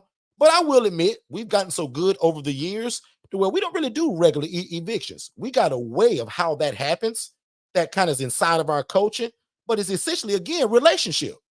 If there's a good relationship with that tenant and you know how to talk and say the proper things, and because you'll be a part of a family, sometimes we can move a person versus having to kick them out on the street. Does that make sense? Type the word yes if that does. Yeah. Great question. And again, the other question behind that was, how do you make sure that they're taking their meds? Again, that is not something that we do. Derek did say encouraging them. A lot of times that is, again, we teach you all how to do an appropriate assessment on each and every resident that you are having that are wanting to move in, so that you know what they're doing. It's easy to see if a person doesn't want to take their meds, right? It's very easy. And that assessment is something that is a tell-all. That assessment is going to tell you everything. It's a tell-all. Because the case manager is also going to tell you. Yep. So that assessment, you're going to ask those questions before he even moves in. Yeah, it's a tell-all. And the case manager is going to tell you, and so is he. And in a roundabout way, we teach you how to get the information out of him simply by the questions you ask him or her. Right. But also, even most importantly, assess the case manager who called you about Tyrone. That's the game changer. Shay? Yeah. Next question. All right, next question. What is an average out-of-pocket cost to start one rental and paying the light, water, etc.? Great question. But that also depends on where you live at. Right. So I do believe that Miss Rita is in our area. So Miss Rita, I'll just give you an example, right? From anywhere from probably Orlando to Leesburg, you can look forward to paying about probably anywhere from $1,900 to probably $2,200 in rent for probably a 4-bed, 2-bath, maybe a 3-2. Might go up. So the way I tell people what you can imagine for your overhead is most people are going to want first and security. So multiply what your rent is times 2. And then if you're like me, because I'm not afraid to say this because I'm transparent, in the beginning, my credit was very bad. So they charged me a water deposit and a light deposit. So $300 and $300. Now, if your credit's great, that probably won't happen to you. But I give people everything that happened to me because I want to give it to you from the bottom. So multiply your rent times 2. Some people want it times 3. So the largest ILF that I've ever had and still have to this day, that guy charged me a double deposit. He charged me first, last, double deposit, and something else. He really tried to make it unattainable for me by charging me so much. But once I came up with that money, I knew that that would be the best ILF I'd ever had, probably because of how large it was and how many people we can take from homeless to hopeful. And I'm laughing because I remember the conversation. He was like, Derek, what I'm listening I hear everything you're saying. He said, but in order to use my property, this is what I want. And it was a lot. It was steep. it was like well over $7,000. It was a lot. And but I was again, like, that's that what are estate, you y'all. doing? That big house. But and we still have it to this day. Great relationship with the owner. I mean, it's one of those properties that, you know, when you see the ability to scale and to utilize that property to its fullest extent, it's beneficial for you. And like I said, the owner is it's like a 6-bedroom house, guys. Yeah. I mean, you can do some damage with a 6-bedroom house. Yeah. So while Shay plugs up the next question, I'll answer this quick one that came in. Twin beds is usually the model, but in these private rooms, those are queen size beds. But I can have a lot of private rooms and suites where it's still that twin bed. So you don't have to get a queen or a queen. A queen or a full. We just been in this so long, guys, that a lot of people just donate things to us all the time. That's what you'll find out as soon as you kind of get into this. People just going to donate things to you. Like so we have a lot of stuff. You got a donation today for a washer. Yeah. A stove. Yep. Because my uncle knew what I was doing. Yeah, hey, man. People know. I was racking my brain trying to figure out what to do with this stuff. Nephew. And now that my mom is always giving us stuff, and we bought a house today, she's gonna clear her whole house out. She already talking about she don't want her dining room table no more. She don't want her furniture and want Shay and I to go to rooms to go with her tomorrow. And she's in here. That's how that works. Mom's in here. She's in the chat. Yeah, mom's gonna clean out her whole house to furnish this next ILF. Yeah. But anyway, next question. What about zoning? Great question, Miss Laura. Again, that's what's genius about this model. There is no zoning. In fact, I put a post out just the other day. The only zoning that I'm going to do in this ministry is that we don't put these ILFs in the hood and we don't put them in the heights. Meaning that it can't be in the bottom of the bottom and it can't be in the nicest part of your town either.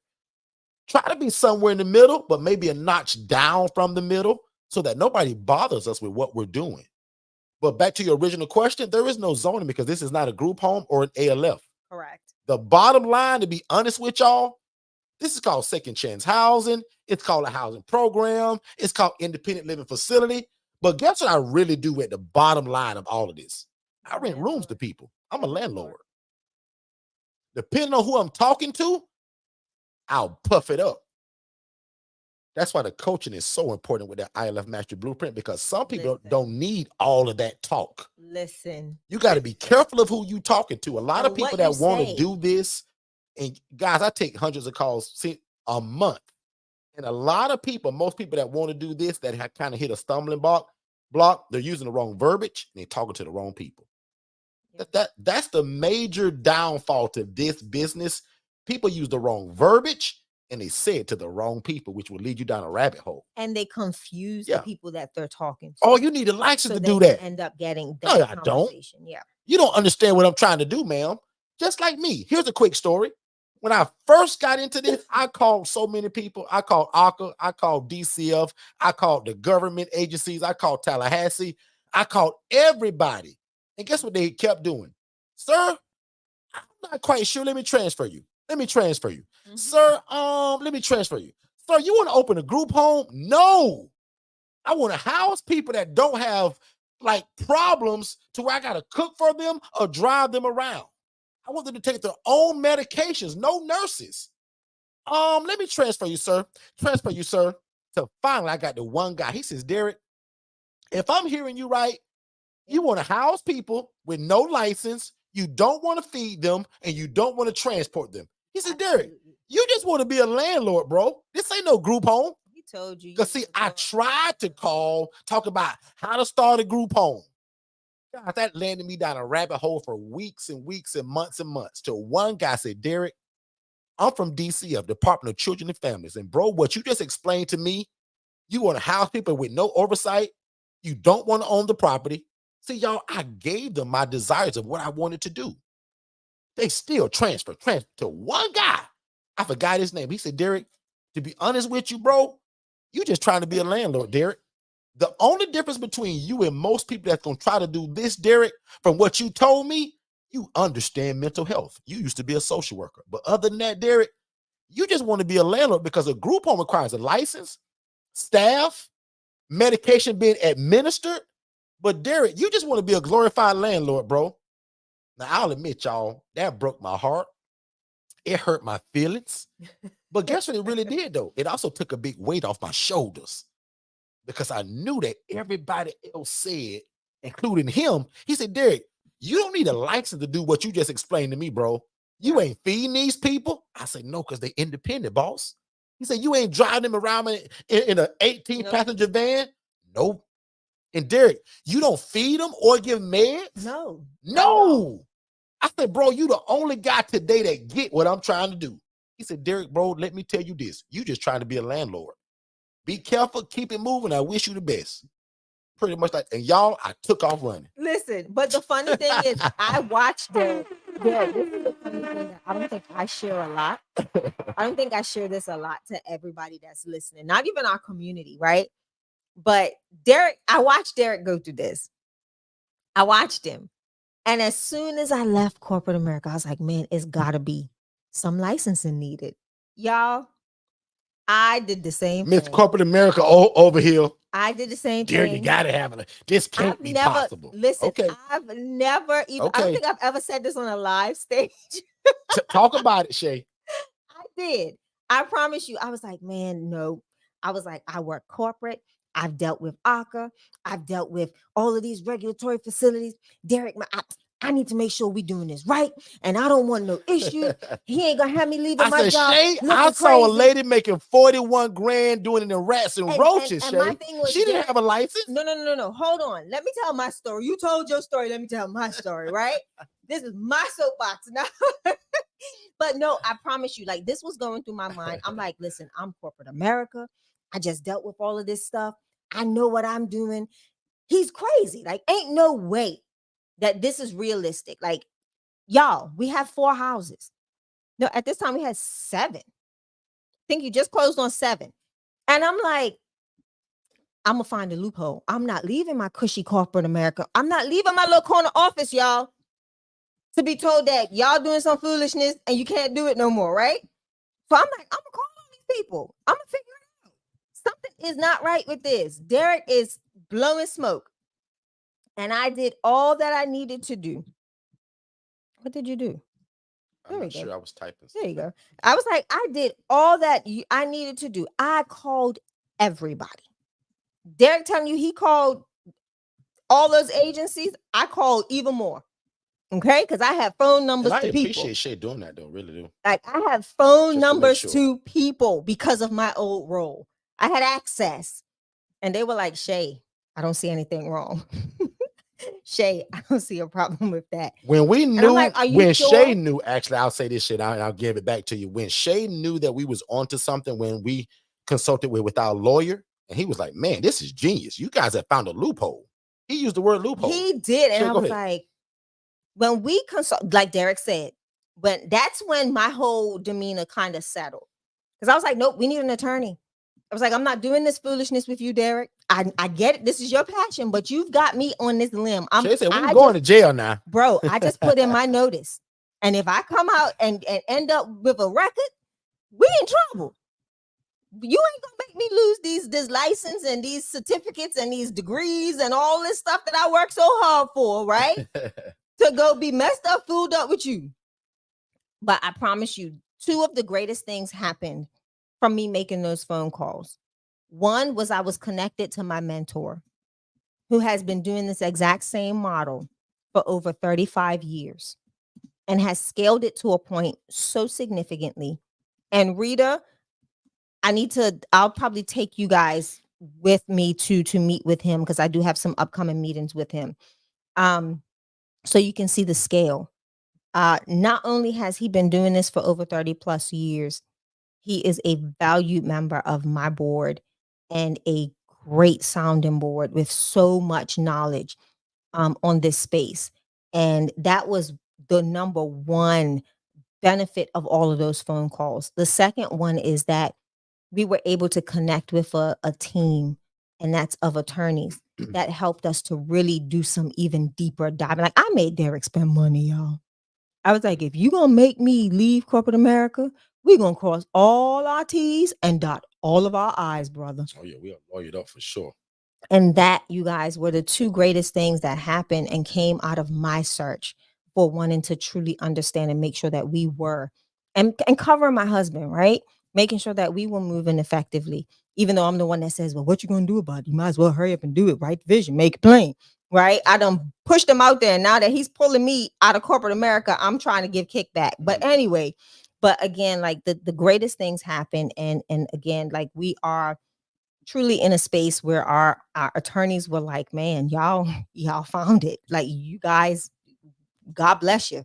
God gave y'all something. Keep it going, scale it, do your thing, and do it right. And yeah, so that's how we got to that point. But long story short, y'all get the picture. Yep. So just to answer the question for the lady again that just asked about the teenagers aging from the foster care system, yes, we do that as well. And yes, you're able to do that because as long as they're adults. Correct. So sad to say that as soon as that teenager turns 18, they pretty much put them teenagers out. They kick them out, especially if they've not been behaviorally kind of acting right. They do have a program where they can stay up until the age of 21, but there's special requirements for it. But yes, one of the last people that we taught this to in terms of the teens was a pastor, Mr. Gilbert, actually. Mm-hmm. He's a pastor, and that was a vision of his for a long time. And we literally taught it to him. He actually got our diamond package where we gave him the property and everything. And he's in Leesburg. And but I'll also admit he did that for about a year and then switched back to the adults. So you got to have a special heart and a special spirit about you to deal with those teens from the foster care system, simply because they do come with a rougher background usually from their parents. It's not their fault, but it's how they're raised. Some of them have been raised in squalor. Some of them have been raised through drugs and alcohol, bad environments. So again, you got to have a special heart and a special spirit to deal with the teens aging from the foster care system usually. But because they're adults, you absolutely can do that still with no license, and you don't have to own the property. Michelle? Yeah, and also, like, Mr. Gilbert had a rough run. Yeah, that's why he went back to the adults. He had a rough run. Yeah. The first couple of months were A-OK. Not okay, they were A-OK. They had wraparound. These individuals come with wraparound services, so they had people available at all times. But then it took a turn. Like, it went left quick. Okay. And you gotta have a special heart. You gotta have some time. It was a lot. It was a lot. Gotta have time. Yeah, it was a lot. So 1 year, and he was like, no, I can't do this. We ain't doing this. No. But that's a great place to all right. So let's key up a few more questions. I do want to say I have a comment from Miss Laura. She says she's in Suwanee, Georgia. Suwanee, Georgia. Pay attention to your area. I've been sharing this with a lot of people in the Georgia market. Take note of even what homelessness looks different, right? Every area is going to have a different aesthetic to their homeless population. We're all seeing now that there's a deficit in the Section 8 housing market, right? If we don't step in a certain way to be able to assist those individuals, there becomes another process that becomes another potential for homelessness. With that being said, I say this to say that I said this that to say this, Miss Laura, you're in an area. Do your research where Section 8 is doing single room occupancy. So they're allowing you, the homeowner or the ILF provider, to now rent out rooms to people holding a single room occupancy voucher. What's different between that and the ILF? Nothing. Guaranteed income. You're providing a safe place for someone to stay. They're not being put on the street. They may not be homeless, but because there is such a huge deficit in the amount of Section 8 home providers, our government now is making some significant changes and bending some rules. Well, not bending rules, they're remaking the rules so that it benefits the individuals that need housing. Georgia is one of the states that is already doing it. We're keeping our ears to the ground to see who's next and how effective and efficient it became in Georgia. We did look into some of our rentals because we do have investment properties in Georgia, but they're full. So, we couldn't really transition. But pay attention to that, guys. Homelessness looks completely different in every aspect because you hear us talk about independent living facilities. It does not mean that every one of our residents that we house has a mental health background, has an old addiction or a background, a legal background. We house the individual that you work with every day. Yeah. The person that comes to work clean shaven, suited and booted, and you have no idea that they are residing in their car and they're in the back of the building or at Walmart in the parking lot. There are so many individuals that are struggling. Look at the large influx or increases in rents nationwide. This has affected so many people. The single male or female is struggling in regards to being able to obtain and maintain a lucrative or a great or decent priced rental. I know people right now that have gone into roommate situations because of what when their lease was up, they increased it. When they got the renewal letter, they're like, hey, we're going up $400 a month. What? We've had personal experiences with that. We've had family members that have called us and said, hey guys, like, y'all don't have a house that we can kind of like move into for a little bit, because they just told us that our rent's going up by $400 in the next 90 days. And that's way outside my budget. So pay attention to the ebbs and flows of what's going on in our community. See what's happening with the people around you. Open up your eyes to what's happening in your neighborhoods, in your communities. There's a lot of people that are literally skimming below the poverty line that are so close to homelessness that it's unbelievable. Otis used to say it all the time. How many of us are one paycheck away from being one of these residents that we house? Like, let's be very transparent in this moment. This isn't a get rich quick scheme. This isn't a, hey, let's take advantage of people. This is, hey, people need our help. And how can we best prepare ourselves to be able to provide the help that our community needs? You all are agents on assignment. Every last one of you are here because you've seen interest in wanting to help the vulnerable population. What does a vulnerable population look like? It can look like me. It can look like Derek. It can look like Miss Laura. It can look like Katara. We never know. We've housed individuals that were on the top of the world one moment, and all it took was a sickness. We've housed a gentleman that was in his 70s, retired, living his best life, was an engineer, made hundreds of thousands of dollars a year, got sick, had to be in the hospital for 7 months, was never married, no kids, and was living, guys, hear me and hear me clearly. This is no sob story. Like, this is the truth. Mom Forston, if you are in the chat, please chime in. Mom Forston was riding with Derek when Derek got the phone call. A 70-year-old man sleeping on a park bench on Disney property, getting showers, sneaking in and out of Disney resorts to get showers because he got sick.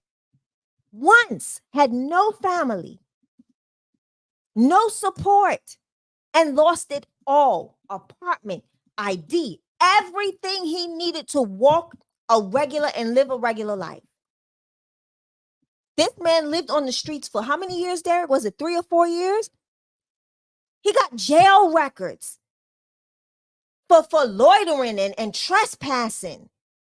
He's 70 years old, guys. Wouldn't harm a fly. An intellectual. One day got sick. 6 months later, living in Disney on bus stop benches, going to jail, sleeping in the hotel lobbies, sneaking into the bathrooms to shower. These are the people we serve on a regular basis. You want to know where that man is right now, y'all? He's got his own apartment. He calls us. He don't have no family. So guess who's his family? We are. From homeless to hopeful. We got a phone call. He said, hey guys, you know I don't have no family, so I made y'all my next of kin. Huh? Do you know what that means to us? Like, we were able to wow. Like, wow. We're not blood family, blood relatives, but we are family. This man is traveling. He called us talking about, hey guys, just wanted to let you know, hadn't spoke to you this month, but I'm in California, sitting out here on the balcony in this hotel, having a little glass of wine. Well, where are you, huh? Overlooking the vineyards. Oh, well, excuse me.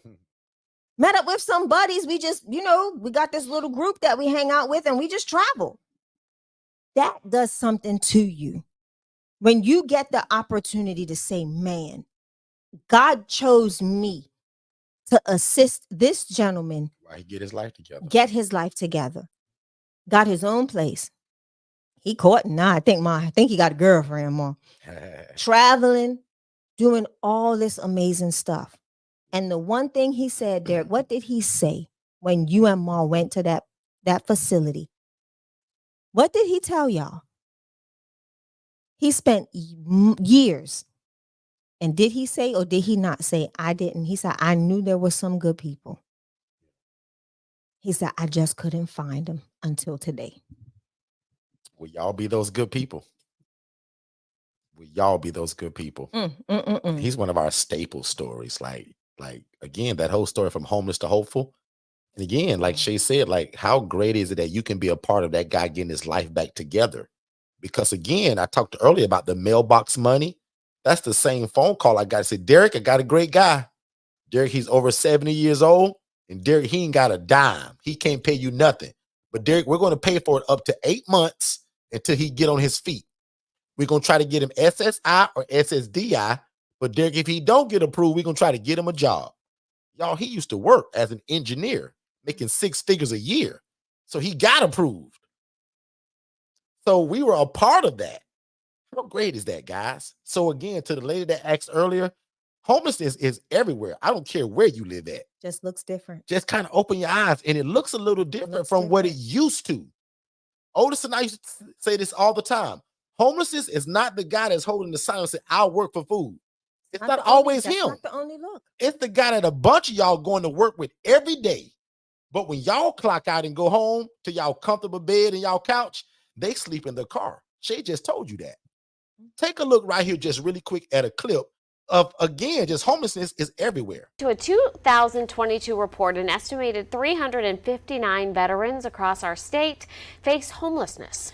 Transitions Homeless Shelter is opening a new dorm to help get some of those veterans off the streets. News 19's Becky Buds reports. 2 months ago, Navy veteran Zachariah Shaheed found himself without a place to live before Transitions Homeless Center took him in. Concrete is not somewhere anyone wants to be. Shaheed was one of the 359 veterans across South Carolina facing homelessness, according to the latest National Point-in-Time Homeless Report. I'm just thankful and grateful that I've become one that's not of that statistic now. A new dorm at Transitions aims to bring that number down in Columbia. 28 more beds, 28 more options.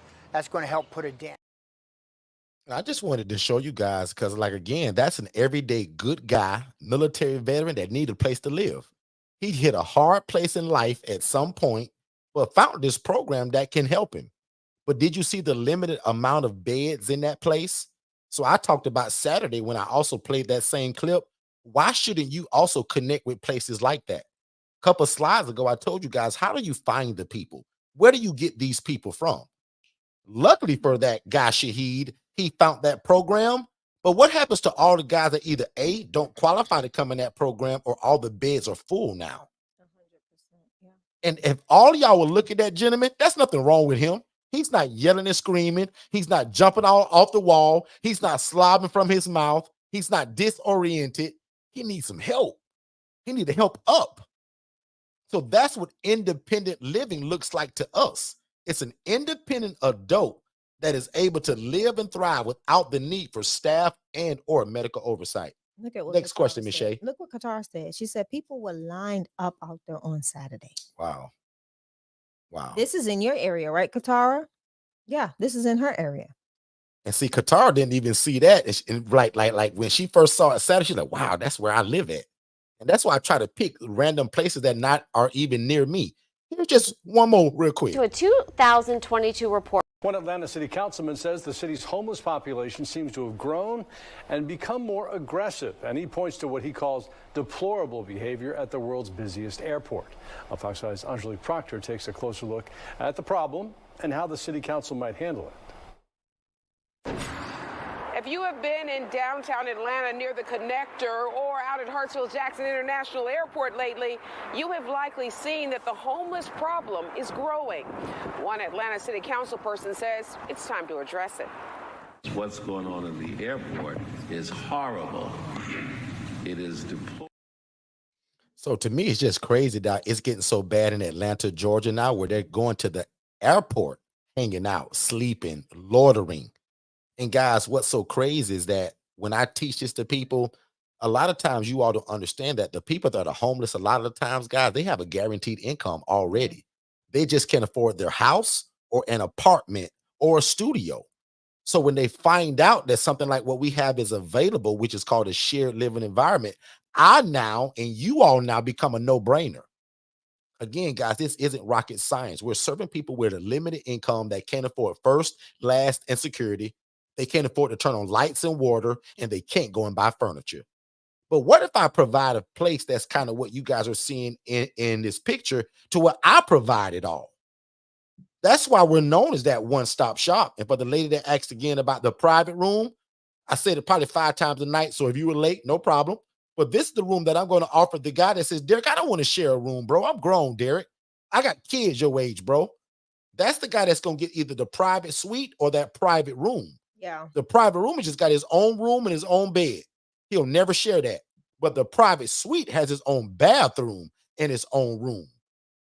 Right? So that other one that I showed you guys when you talked about that shared, here it is, right? Shared.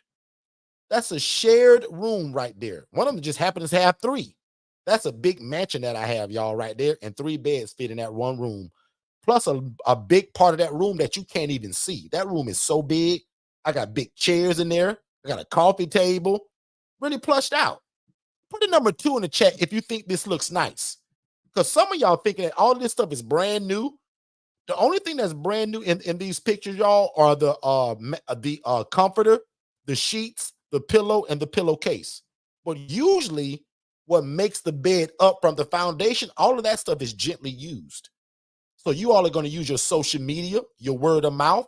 You're going to tell everybody at your church that in the name of Jesus, you get ready to start your own program here in about 30 to 90 days. You're accepting all donations of twin beds, dressers, dining room tables and chairs, plates, cups, coffee mugs, coffee maker, knives, spoons, bowls. See where I'm going with that? Yeah. So again, guys, tonight, we're just telling you guys the difference between an independent living facility and a group home. And I would love to coach each and every one of you. We have a coaching product by the name of the ILF Mastery Blueprint. But again, even without the blueprint, join us every Monday, Tuesday, and Saturday. Because I do this, guys, religiously 3 days a week. Because I made a promise to God years ago. God, if you make it work for me, God, if I can quit my job, I'll teach it to everybody I come into contact with. And I truly believe that our blessing is tied to that because nobody wanted to teach us. I saw a lady making $41,000 a month as I was making 28 grand a year. And she was housing people in rats and roaches. So again, you guys can get started with this by leasing or renting the property. Oh Lord, there go Mr. Arthur. I've been Lord. Y'all saw Shay my brought face. it up. Shay, I'll let you do your thing now. Go ahead. I may freeze because I just did that, and my computer be acting. Well, I can talk it up until it plays. Go Mr. ahead. Arthur is the gentleman that she just spoke about. We housed Mr. Arthur for probably about a year or more. I think, 8 months to 8. But the moral of the story is that we housed him while some program paid me. Mr. Arthur didn't have no money. He didn't have a dime. But the whole part of that program from the hospital, and I'm going to slow this down because I want y'all to get this. They taught y'all just last week that when these agencies and these organizations get these grants from the COC, which stands for Continuum of Care, when they give it to the hospital, it's known as a grant. The hospital's going to call a guy like me and say, Derek, and this is how the phone call sounds. Derek, how you doing, buddy? Great. I got a great client for you, Derek. Her name is Miss Shirley. Shirley going to be discharged tomorrow, Derek, at 2:30. Will you assess her and see if she'll be a good fit for your program? Oh, and Derek, by the way, Shirley don't have a dime, Derek. She can't pay you, but we're going to take care of it, Derek, for up to 6 months until she either gets a job or get back on her feet, Derek. So, Derek, what do you charge? And what day of the month do you want it on? That's how Arthur came to us, ladies and gentlemen. So everybody that we get from day one may not have the money or the rent to pay me, but a lot of them come from a program to where the program going to take care of it. Put a number 7 in the chat if you understand that, because I don't want to lose people. Because some people are just blown away by the fact that I tell you all that probably 85 to 90% of our clients are going to get something that's called a Direct Express card. That's where their monthly stipend goes every month. But what about the guy that works at McDonald's and Sonny's Barbecue and Outback Steakhouse and Red Lobster? The guy that works for the city. So I house people like that as well, but I also house people that are in a program or comes from a program that's going to pay their rent because they don't have it.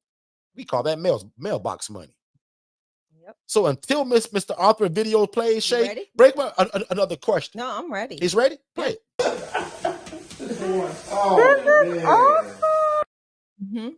And this is just we literally because the other videos I thought you had the whole video. It is. It's like 40 minutes. I think we got that. Is that on YouTube, Shay? No, I haven't posted it yet. That's never been on YouTube. We're gonna cut it. I'm gonna have Mr. Arthur also wants to be interviewed by us, so he wants to be on the podcast. So if you guys want to see Mr. Arthur, just type in the chat. I want to see Mr. Arthur. If about 10 people say that, I want to bring him on because he want to tell his own story. Yeah, he got his own story. Okay, so Shay, break up a few more questions.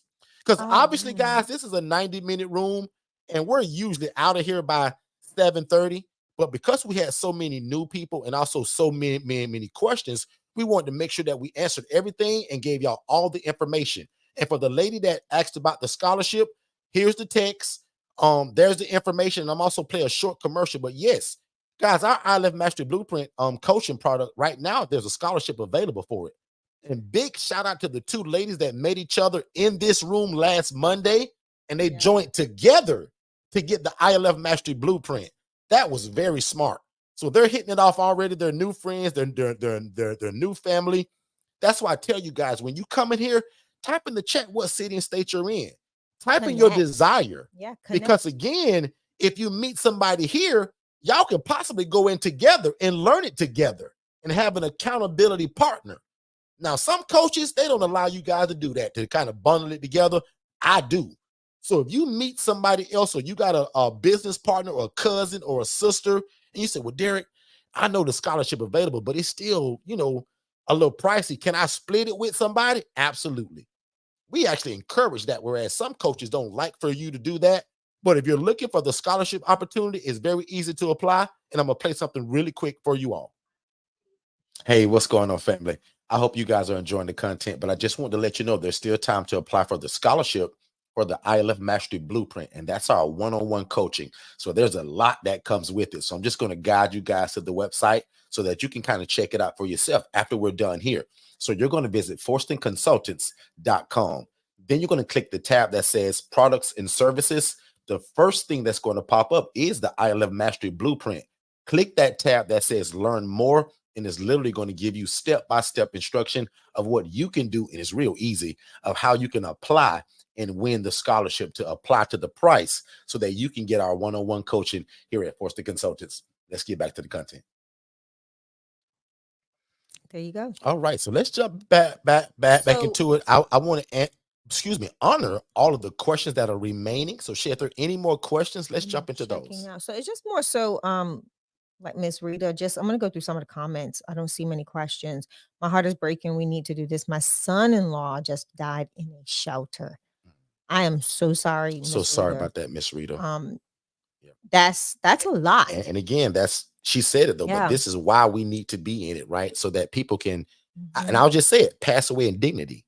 Because I'll admit, as long as I've been in this, yes, I've had people to pass away on me, right? But how great of a feeling is it that they didn't die on the street? Yeah.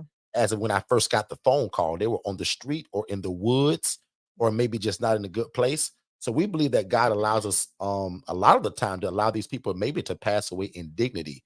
Just like in these rooms that you see, these are very nice, affordable, good-looking rooms to live in. And most people can't even believe that we're going to allow them to live here once they see it. So next question. Yeah, and this is true, Ken. It kind of feels like the dollars is just the icing on the cake. And it honestly is. Once you really see these people's backgrounds and you hear their story, 99.999% of the individuals that come to us have a story that will touch your heart like you've never even imagined.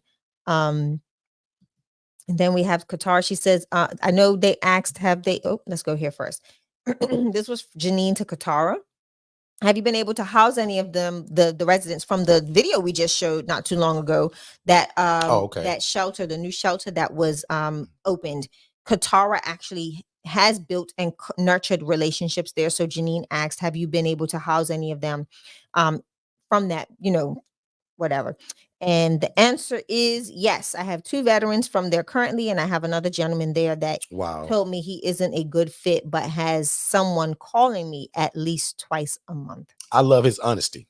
Say that again and speak. He said I'm not a good fit. He told Katara I'm not a good fit. Like, sis, and I'm gonna tell you what that conversation probably sound like. And Katara just co-sign in the chat if so. I don't know, but he probably saying, Miss Katara, I like women.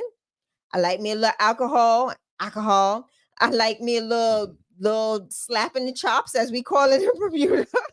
A little, I dabble in a little drugs, or I'm not, the rules may be a little bit too much for me. I'm not a good fit for your housing program. We get people all the time that tell us, no, this sounds too good for me. I want to be able to bring my girl over here. Right. You get that a lot. No, not in my place. So he's pretty much told Katara, no, this ain't for me, sis. She says she also has a great relationship with the case manager there. She stays connected with the guys once they come over to our housing. And that's usually the case. And when you have nice housing, it makes it easy for case managers to come and visit the residents. They don't mind it. They'll hang out all day. Yeah. Like I've had case managers that have, you know, how they have their day kind of scheduled. And we've had it to where we've had a case manager's whole caseload in one of our houses before. So they just come and they spend the whole day. They clock in at their office, they come to the house and they chill. They see all of their clients. We make sure that they have a dedicated place that allows privacy. And they that allows privacy from the other residents where the case manager can get comfortable. Like our case manager goes in the kitchen, she pops a bottle of, you know, a can of soda. Like it's that's what they're not used to. We've had case managers tell us how they've entered into spaces like this and they've had to roll their socks up. They were long socks and covered their pants legs so that they don't take no bugs. I got a case manager actually telling that story on my YouTube channel. I forget the title of it, but there's literally it's called "Don't Take My Word for It." So if you guys want to hear case managers speak on our product, on our housing, and kind of what some of the other stuff look like, go to our YouTube channel and check out that one that's titled "Don't Just Take My Word for It." And literally, you hear from 2 case managers that talk about literally what Shay just told you. So Derek, how do we know if hospitals have funding? I get the calls from hospitals, but no program to compensate. Ooh, boy, I know you wish you was on that live last night with the private group because Shay gave the whole cheat code on that. But without stepping on any toes and without giving away too much sauce, because again, I'm really careful of how I release this because I don't want just anybody just going to do this, right? Because you can embarrass yourself and that won't look good. A lot of times, Nisi, it's from relationship. So Otis used to talk about this all the time. Yeah. Shay broke it down to probably a more techier standpoint last night, and I'm gonna try to do my best rendition of it without ruining it. But to make a long story short, when Shay told y'all to follow the money, and she mentioned the COC, wherever all of y'all live at, every one of y'all probably got a COC in your community. The money. When that COC gets that money, Shay's telling you to follow it. That goes to the hospital or organizations or the Salvation Army or the Goodwill or the jail system, blah, blah, blah, blah, blah. By the time they get it, Nisi, it's called a grant. Now, if you've got relationship, your phone call from the case manager going to sound like this. And this go between you and her, probably from her cell phone. Hey, Miss Nisi, girl, don't tell nobody, but we got that money back in. Just like last year when they gave us all that COVID money. Girl, so when I call you now, ask for first, last, and security. But that looks a little different. Girl, we got that money. Now I'll admit, let me get that because that's the way it sounds like when they know you and they're comfortable with you. But most of the time, Nisa, I'll admit, you're not going to know it when they have it. They won't. You're only going to be privy to that if you really got a good relationship and they've been working with you for a long time. Yeah. And it's gonna be and I'll share this too. I'll say this. A lot of times, you know, like Derek said, you won't be privy to that information. It's going to be ongoing working relationships, right? You have to have clients that are meeting the criteria to obtain those funds. So don't always say no. I'll say that. Do your due diligence, but also ask questions and don't always say no. Sometimes a client may look horrendous on paper. Make sure you do your assessment, because you never know what that resident or that potential resident can be attached to when it comes to funding. And like Shay said, if you follow the money and sign up for your COC, right? Because even if you don't have a COC in your area, and I'm sure you probably do, it's called something else, but it's the same thing. And the COC stands for Continuum of Care. That's a big fancy way to say that these are the people that are in charge of the homeless dollars and housing when it comes to housing the homeless and the mental health dollars. Correct. If you forget everything else, remember that according to your question. Follow that. Okay. Everybody putting in they want to see Mr. Arthur. Yep. I saw a lot of that. Everybody wants to see Arthur. I love it. So we're gonna have to get him on. We need to go and see him when we go back to the house. So guys, we are 30 minutes over. I hope y'all enjoyed this. My job is to give the game away. My job is to show opportunity. My job is to unveil all of the myths that you've heard for years about you got to have a license. You got to own the property. The devil is a liar. I've made Shay the and I have phone about calls. 10 of them that we don't own. We bought one today at 11 a.m. at the close, and I think I got a picture of it, right? And again, you don't have to be a nurse. This requires no license. You don't have to buy the property, and you can get started tomorrow. But most of y'all should get started with the HRA, which allows y'all to house the homeless as soon as tomorrow. Okay? I'm Shay, sorry, I'm any other laughing. questions or any other Yes. concerns? Is it better to have all the same sex in one home, How about all that? male or female? Shay, you can go first and I'll follow behind you. Well, initially we did not start that way. We started co-ed. Once I left corporate America and we noticed that the number of the ratio of our male to female kind of leveled out, we were able to then split them. It's up to the individual, right? We tell people, like Otis used to always, like Otis had co-ed homes, and he said it brought balance. He loved it. Yep. Males take on the male role, women take on the female role, cleanliness, cooking, and all that, and it just happened so naturally. For us, we started that way, and unfortunately, we went back. Didn't go back. We didn't go back by choice. We ended up acquiring a home, an ILF that indeed is co-ed. And with that said, it's doing very well.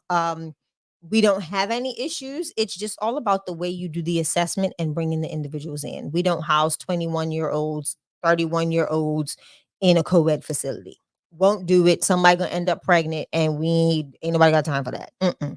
So it's all about paying attention to your population, letting our team at Forston Consultants and the people in our ILF community, in the IMB community, help you guide that, because you hear their experiences. We all talk about our experiences within those private groups to discuss, like, how can we do this better? Where are we missing the mark? And it's the right fit for your particular home. Everybody's home is going to have a different aesthetic, a different vibe. And that's what's going to help you dictate whether that will be a lucrative option for you to go co-ed. To each his own. Yep. We tell people to each its own. It's just making sure you're doing it the correct way. You want to be mindful. It takes a little extra when you do go co-ed. It is going to take a little extra because you want to make sure that you're not, putting someone that has a history of, domestic violence, human and sex trafficking in a home that's co-ed, right? That's an uncomfortable situation because of the trauma that is associated with that individual. So it's just all about seeing what your calls look like, understanding who you have in the home and who you're going to bring into the home, and we can help you walk through that. Good Let's stuff. see.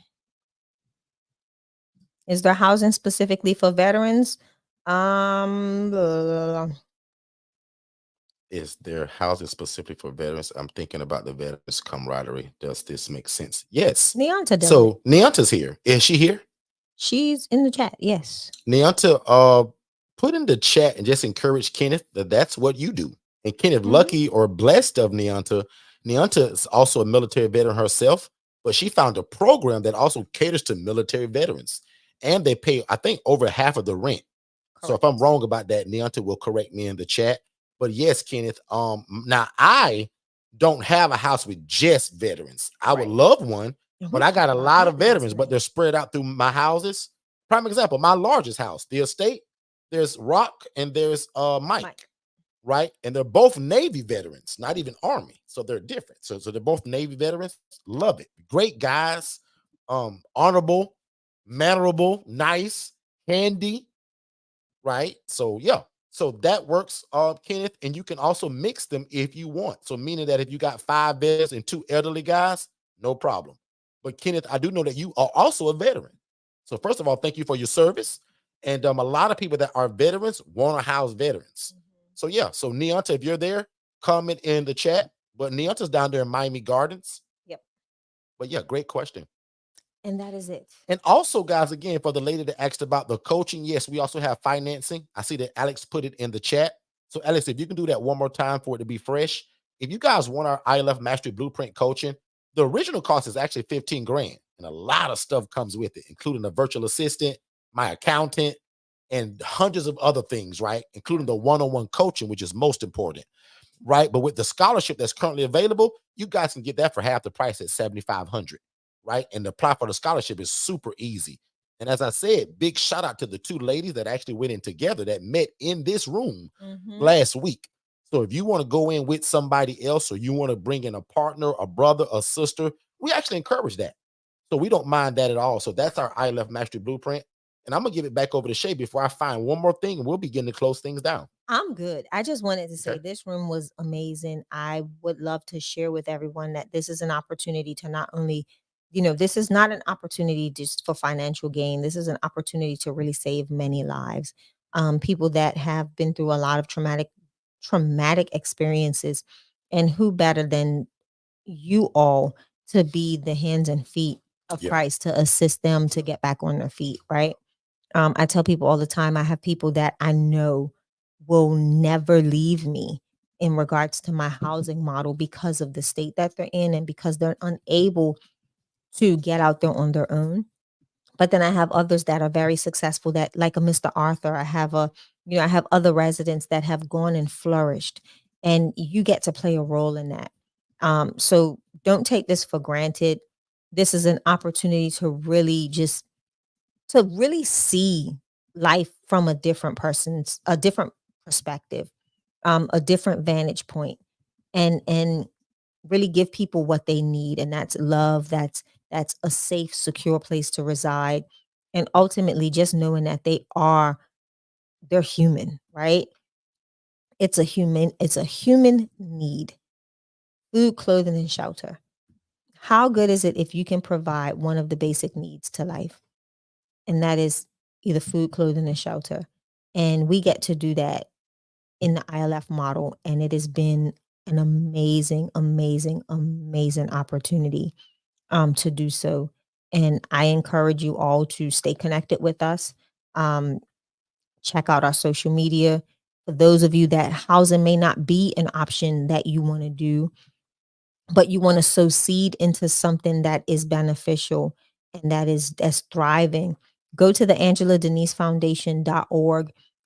We've got a registry on the website where you can literally purchase items from our Walmart shopping list, and these items go to our houses to help our residents with like cleaning supplies, extra toiletries, and stuff like that. Or you can become a donor, either a one-time donation, or if you want to partner with the Angela Denise Foundation, feel free to join us. We are a 501c3 organization. So yes, you get a tax exemption when you partner with us. But we look forward to, again, doing what we do and continuing to do it with excellence. And again, look no further. Partner with the Angela Denise Foundation. I am going to put that in the chat. And we look forward to seeing you all here again tomorrow. Derek. Absolutely. So guys, again, thank y'all so much for being here. We truly appreciate it. Again, we always tell people, and I typed it into the chat actually, right? So we truly believe in loving God, loving people, and loving real estate. The two things are most important. If you just happen to love real estate, that's just a plus. But again, if you love God and love people, and if you just happen to love real estate, man, you've hit the lottery, right? And I also put in the chat that this is what I want all of us to live by. And this is my prayer for you all. I want y'all to please God. I want y'all to help people. And I want y'all to be respected by your community. And I want y'all to make enough money to be able to feed your family, right? So that's what we live by. And Shay kind of broke it down perfectly, right? This allows you to be involved in social services, helping people, and real estate. God was genius how he combined them together. Guys, I'm no genius. People tell me all the time, Derek, this is genius. Derek, you are a genius. No, I'm not. I simply saw somebody doing this the wrong way, making $41,000 a month as I was making 28 grand a year. So to me, it was a no-brainer to get in something and then put my own twist on it. Because in my mind, I was like, man, if she can do this and make 41 grand a month mistreating people, what about me? Right. So as we begin to close, guys, I'm going to give y'all just the front part of this. The number one thing in your first step, it's kind of what we said earlier, but watch the webinar. That's at forsterconsultants.com. And if it interests you enough, and if you've seen enough tonight, let's jump on a phone call. The strategy call is absolutely free. And let's see how we can work together, whether that's HRA, you doing this as a housing referral agency, because we have a housing referral agency business in a box where everything comes together in one box for under $2,000 that teaches you how to house the homeless, and you never need real estate. Or will you get involved by actually being the operator? You say, no, Derek, I want the ILF Master Blueprint, which everything is included, everything that y'all ever made. But the thing right after that, guys, you got to make a decision. We showed y'all a lot of bad stuff tonight, a lot of good stuff. We told stories. So by now, you should kind of know whether or not you want to be in this or not. So the first step to getting started with this, I'll admit, is the easiest step. That's actually just making a decision to get started. For me right here, this was me making a decision. Park Place Behavioral Health Care. This is where I worked at, y'all, for 9 years. This is the picture of me driving off the last day, March 15th, 2019. That's the last time that I actually clocked in for somebody. Now, I started this in 2018, around November-ish, but I left that job, y'all, March 15th, 2019. I'll never forget that. Right here, y'all will see me, and I jokingly say this, but look at that first picture. I'm clean shaved. I got a shirt and tie on. But as that idea began to develop in my mind, that God said, Derek, you should be housing these people, not the dadgum social worker, Derek, making $28,000 a year. Derek, you want to make $28,000 a month? Let me show you this housing program. Because here I am begging and crying to God about, God, change my life. God, I want to be in real estate. God, I want to help people. Guys, everything I asked God for, he gave it to me. When I told God I wanted to help people, he made me a social worker. Shay tricked me to go to school, y'all. That wasn't my idea to go to college. And when I said I want to help people, God showed me people that were being mistreated through real estate. So here I am crying, God, I want to help people. God, I want to be involved in real estate. God is so genius, y'all. He said, you know what I'm going to show Derek, y'all? I'm going to show Derek real estate and people that are being mistreated through real estate. And I'm going to make that girl show him that she made $41,000 a month doing it. Lord have mercy. Now, I got a whole spiel about don't get into this just for the money because you're going to mistreat people if you do. But guys, please believe it. When I was making $28,000 a year, I wanted to make more. I wanted to make a bigger impact in my community. That's why we got into it, y'all. Instead of being a crab in the bucket, we shared it with people. So look how on this second picture, I got a beard. My shirt done got a little loose. Look at my face, y'all. Like, y'all can tell in both of these pictures, man, I'm ready to go. It's just that in the first picture, I got on a shirt and tie, and I'm kind of prepared. But the second picture, my shirt done got a little loose. I'm getting frustrated. I'm not liking the job as much, and I'm seeing a vision for where I should be going. Another thing that'll help y'all with this, some of y'all need to make some promises. I told my mama one day, I said, Mama, boy, I'm going to retire you early. I'm going to buy you a brand new car. Now, for me, that was small stuff. A lot of people buy their mama's houses and vacations. I said, but Mama, in between me and my siblings, we going to do this. And through the grace of God, we were able to do that. The car she's standing by right now is her old car. We were able to buy my mom, guys, a brand new car, and she retired probably 3 years before she was scheduled to retire. Guys, I couldn't have done that from no regular job. So again, one of the steps for me was step number 1, make a decision. Step number 2, promise somebody something. That should hold you accountable. I promised my mama that we was going to buy her a car and get her to a point where she didn't have to go to a job. My mama does what we do now. And last but not least, I promised this lady right here, July 7th, 2012. I said, Shay, I'm going to try to be the best husband I can be, and I'm going to take care of you for the rest of your life, and you will not always work at corporate America. Guys, I was speaking these things that were not as though they were. I was speaking in faith, y'all. Somebody that was making $28,000 a year. I said, Shay, if you marry me and give me a chance, I'm going to be the best guy you ever met. And you will not work in corporate America your whole life. Did I know kind of how I was going to do that at the day that I said it? Absolutely not. I haven't went to school yet. I didn't become the social worker, and I didn't see this vision that that lady showed me of housing people in rats and roaches. All that was said to Shay before that. But guys, I made a decision, and I made 2 promises to 2 people. So some of y'all, in my opinion, should make a promise to somebody just to be able to hold yourself accountable. And somebody today that says, well, Derek, what's a good starting point? This ebook right here. When people say, well, Derek, how you did it? What did you do? What did you do first? It's in these 2 books. How we got started, the first 10 steps, and I have an ILF now what? That book is going to keep you out of the court system, out of the jail, and keep money in your pocket. It's a bunch of the dumb mistakes that I made, right? In fact, my newest book is the 12 biggest mistakes that I've made that y'all better not make. I put that in the book. And we talked about advertising, so I'm going to skip around all of that. I got one picture at the end, though, I think. Let me see. No, we didn't fix that one. So that's it. That's all I wanted to wrap that up with today, guys, is to simply let y'all know that today is an opportunity where y'all can get into real estate. And that's a whole nother conversation because that'll save your life too. But today was talking about how can we start something that we don't need a license? We don't have to buy the property because everybody told you need a license to start a housing program because you thought it was going to be a group home, but the devil is a liar. You're going to start an independent living facility, which does not require a license. You don't have to own the property and you don't have to pretend to be a nurse. You're going to make connections with social workers and case managers starting tomorrow. Tell them that you are a housing provider, whether you have a house or not. That's why you got the HRA. So don't forget to watch that 14-minute webinar on the HRA that teaches you how to do all of that. Don't forget to apply for the scholarship if you're interested in the IMB. And again, if you want to go in with somebody else, you should probably put it in the chat. That's how they did that last Monday. If you're in this room, you say, well, Derek, even at the 7,500, that may be a little bit too much for me, but if I split it, no problem.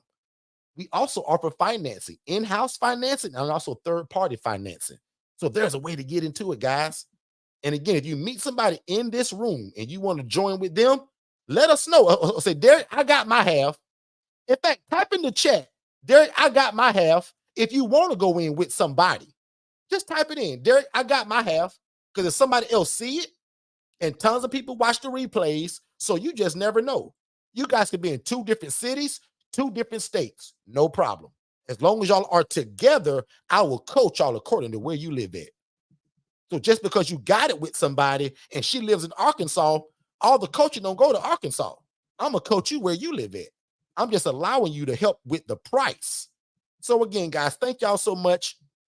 I super appreciate you all. And I hope that Shay and I both kind of did our goal, which is giving you the information, showing the opportunity, also giving you practical advice and ways to make it work. But we also gave you guys an opportunity to be involved in it through the HRA, which is housing the homeless without the need for real estate. You just need relationship, and also the ILF Mastery Blueprint. But last but not least, for absolutely free, every Monday at 6 p.m., every Tuesday at 6 p.m. Eastern, and every Saturday at 10 a.m. Eastern. Guys, my name is Derek Forster, and I approve this entire message. I sure will. You like that, Y'all, huh, Alex? we about to go. We love y'all. I'll pray y'all out of here. I'll give about 5 seconds for any prayer request. I know that a lot of y'all are kind of delayed on time, so I may wait a little bit. But if you got a little bit of a prayer request, there's one person already that says, I got my half. So again, like that already, again, just helped you right there. Somebody can join them and not pay even the 7,500 now. How genius is that? How nice are we? Alex, right? Note, because that way, if we get someone else in there that reaches out Yeah. and says they have their half, Yeah.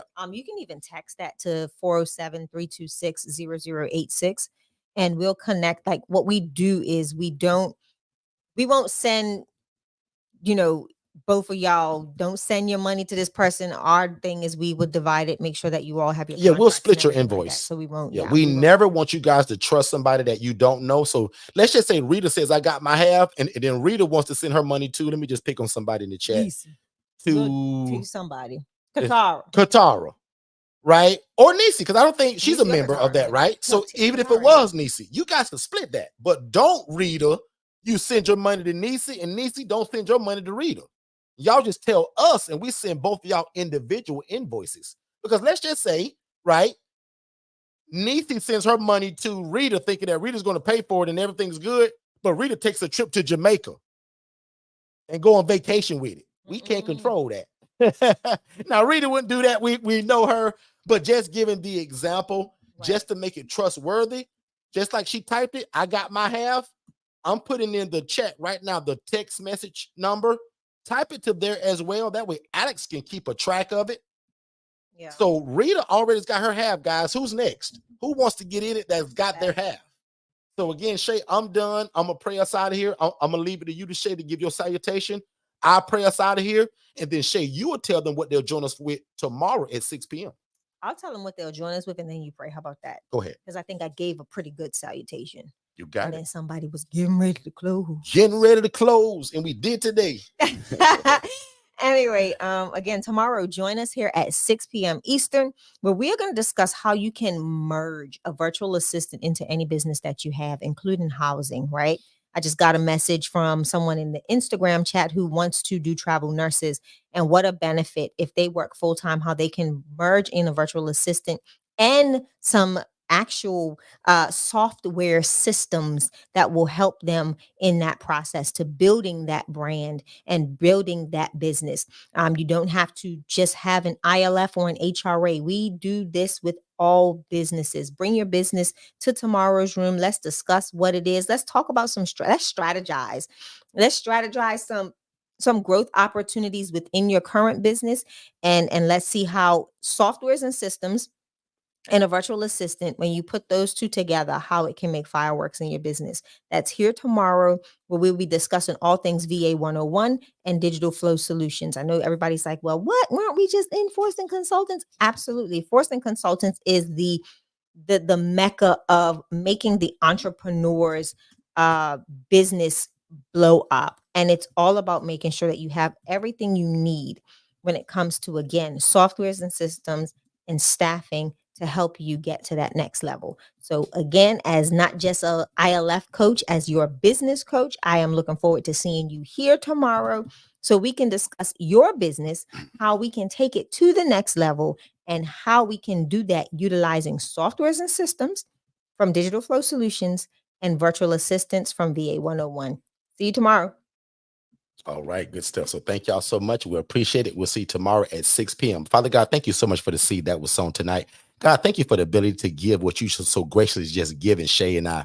God, today I ask that you allow this word and this information to rest upon them tonight. And by your Holy Spirit, bring all of this information back to their remembrance so that they can move at the speed of instruction to do it.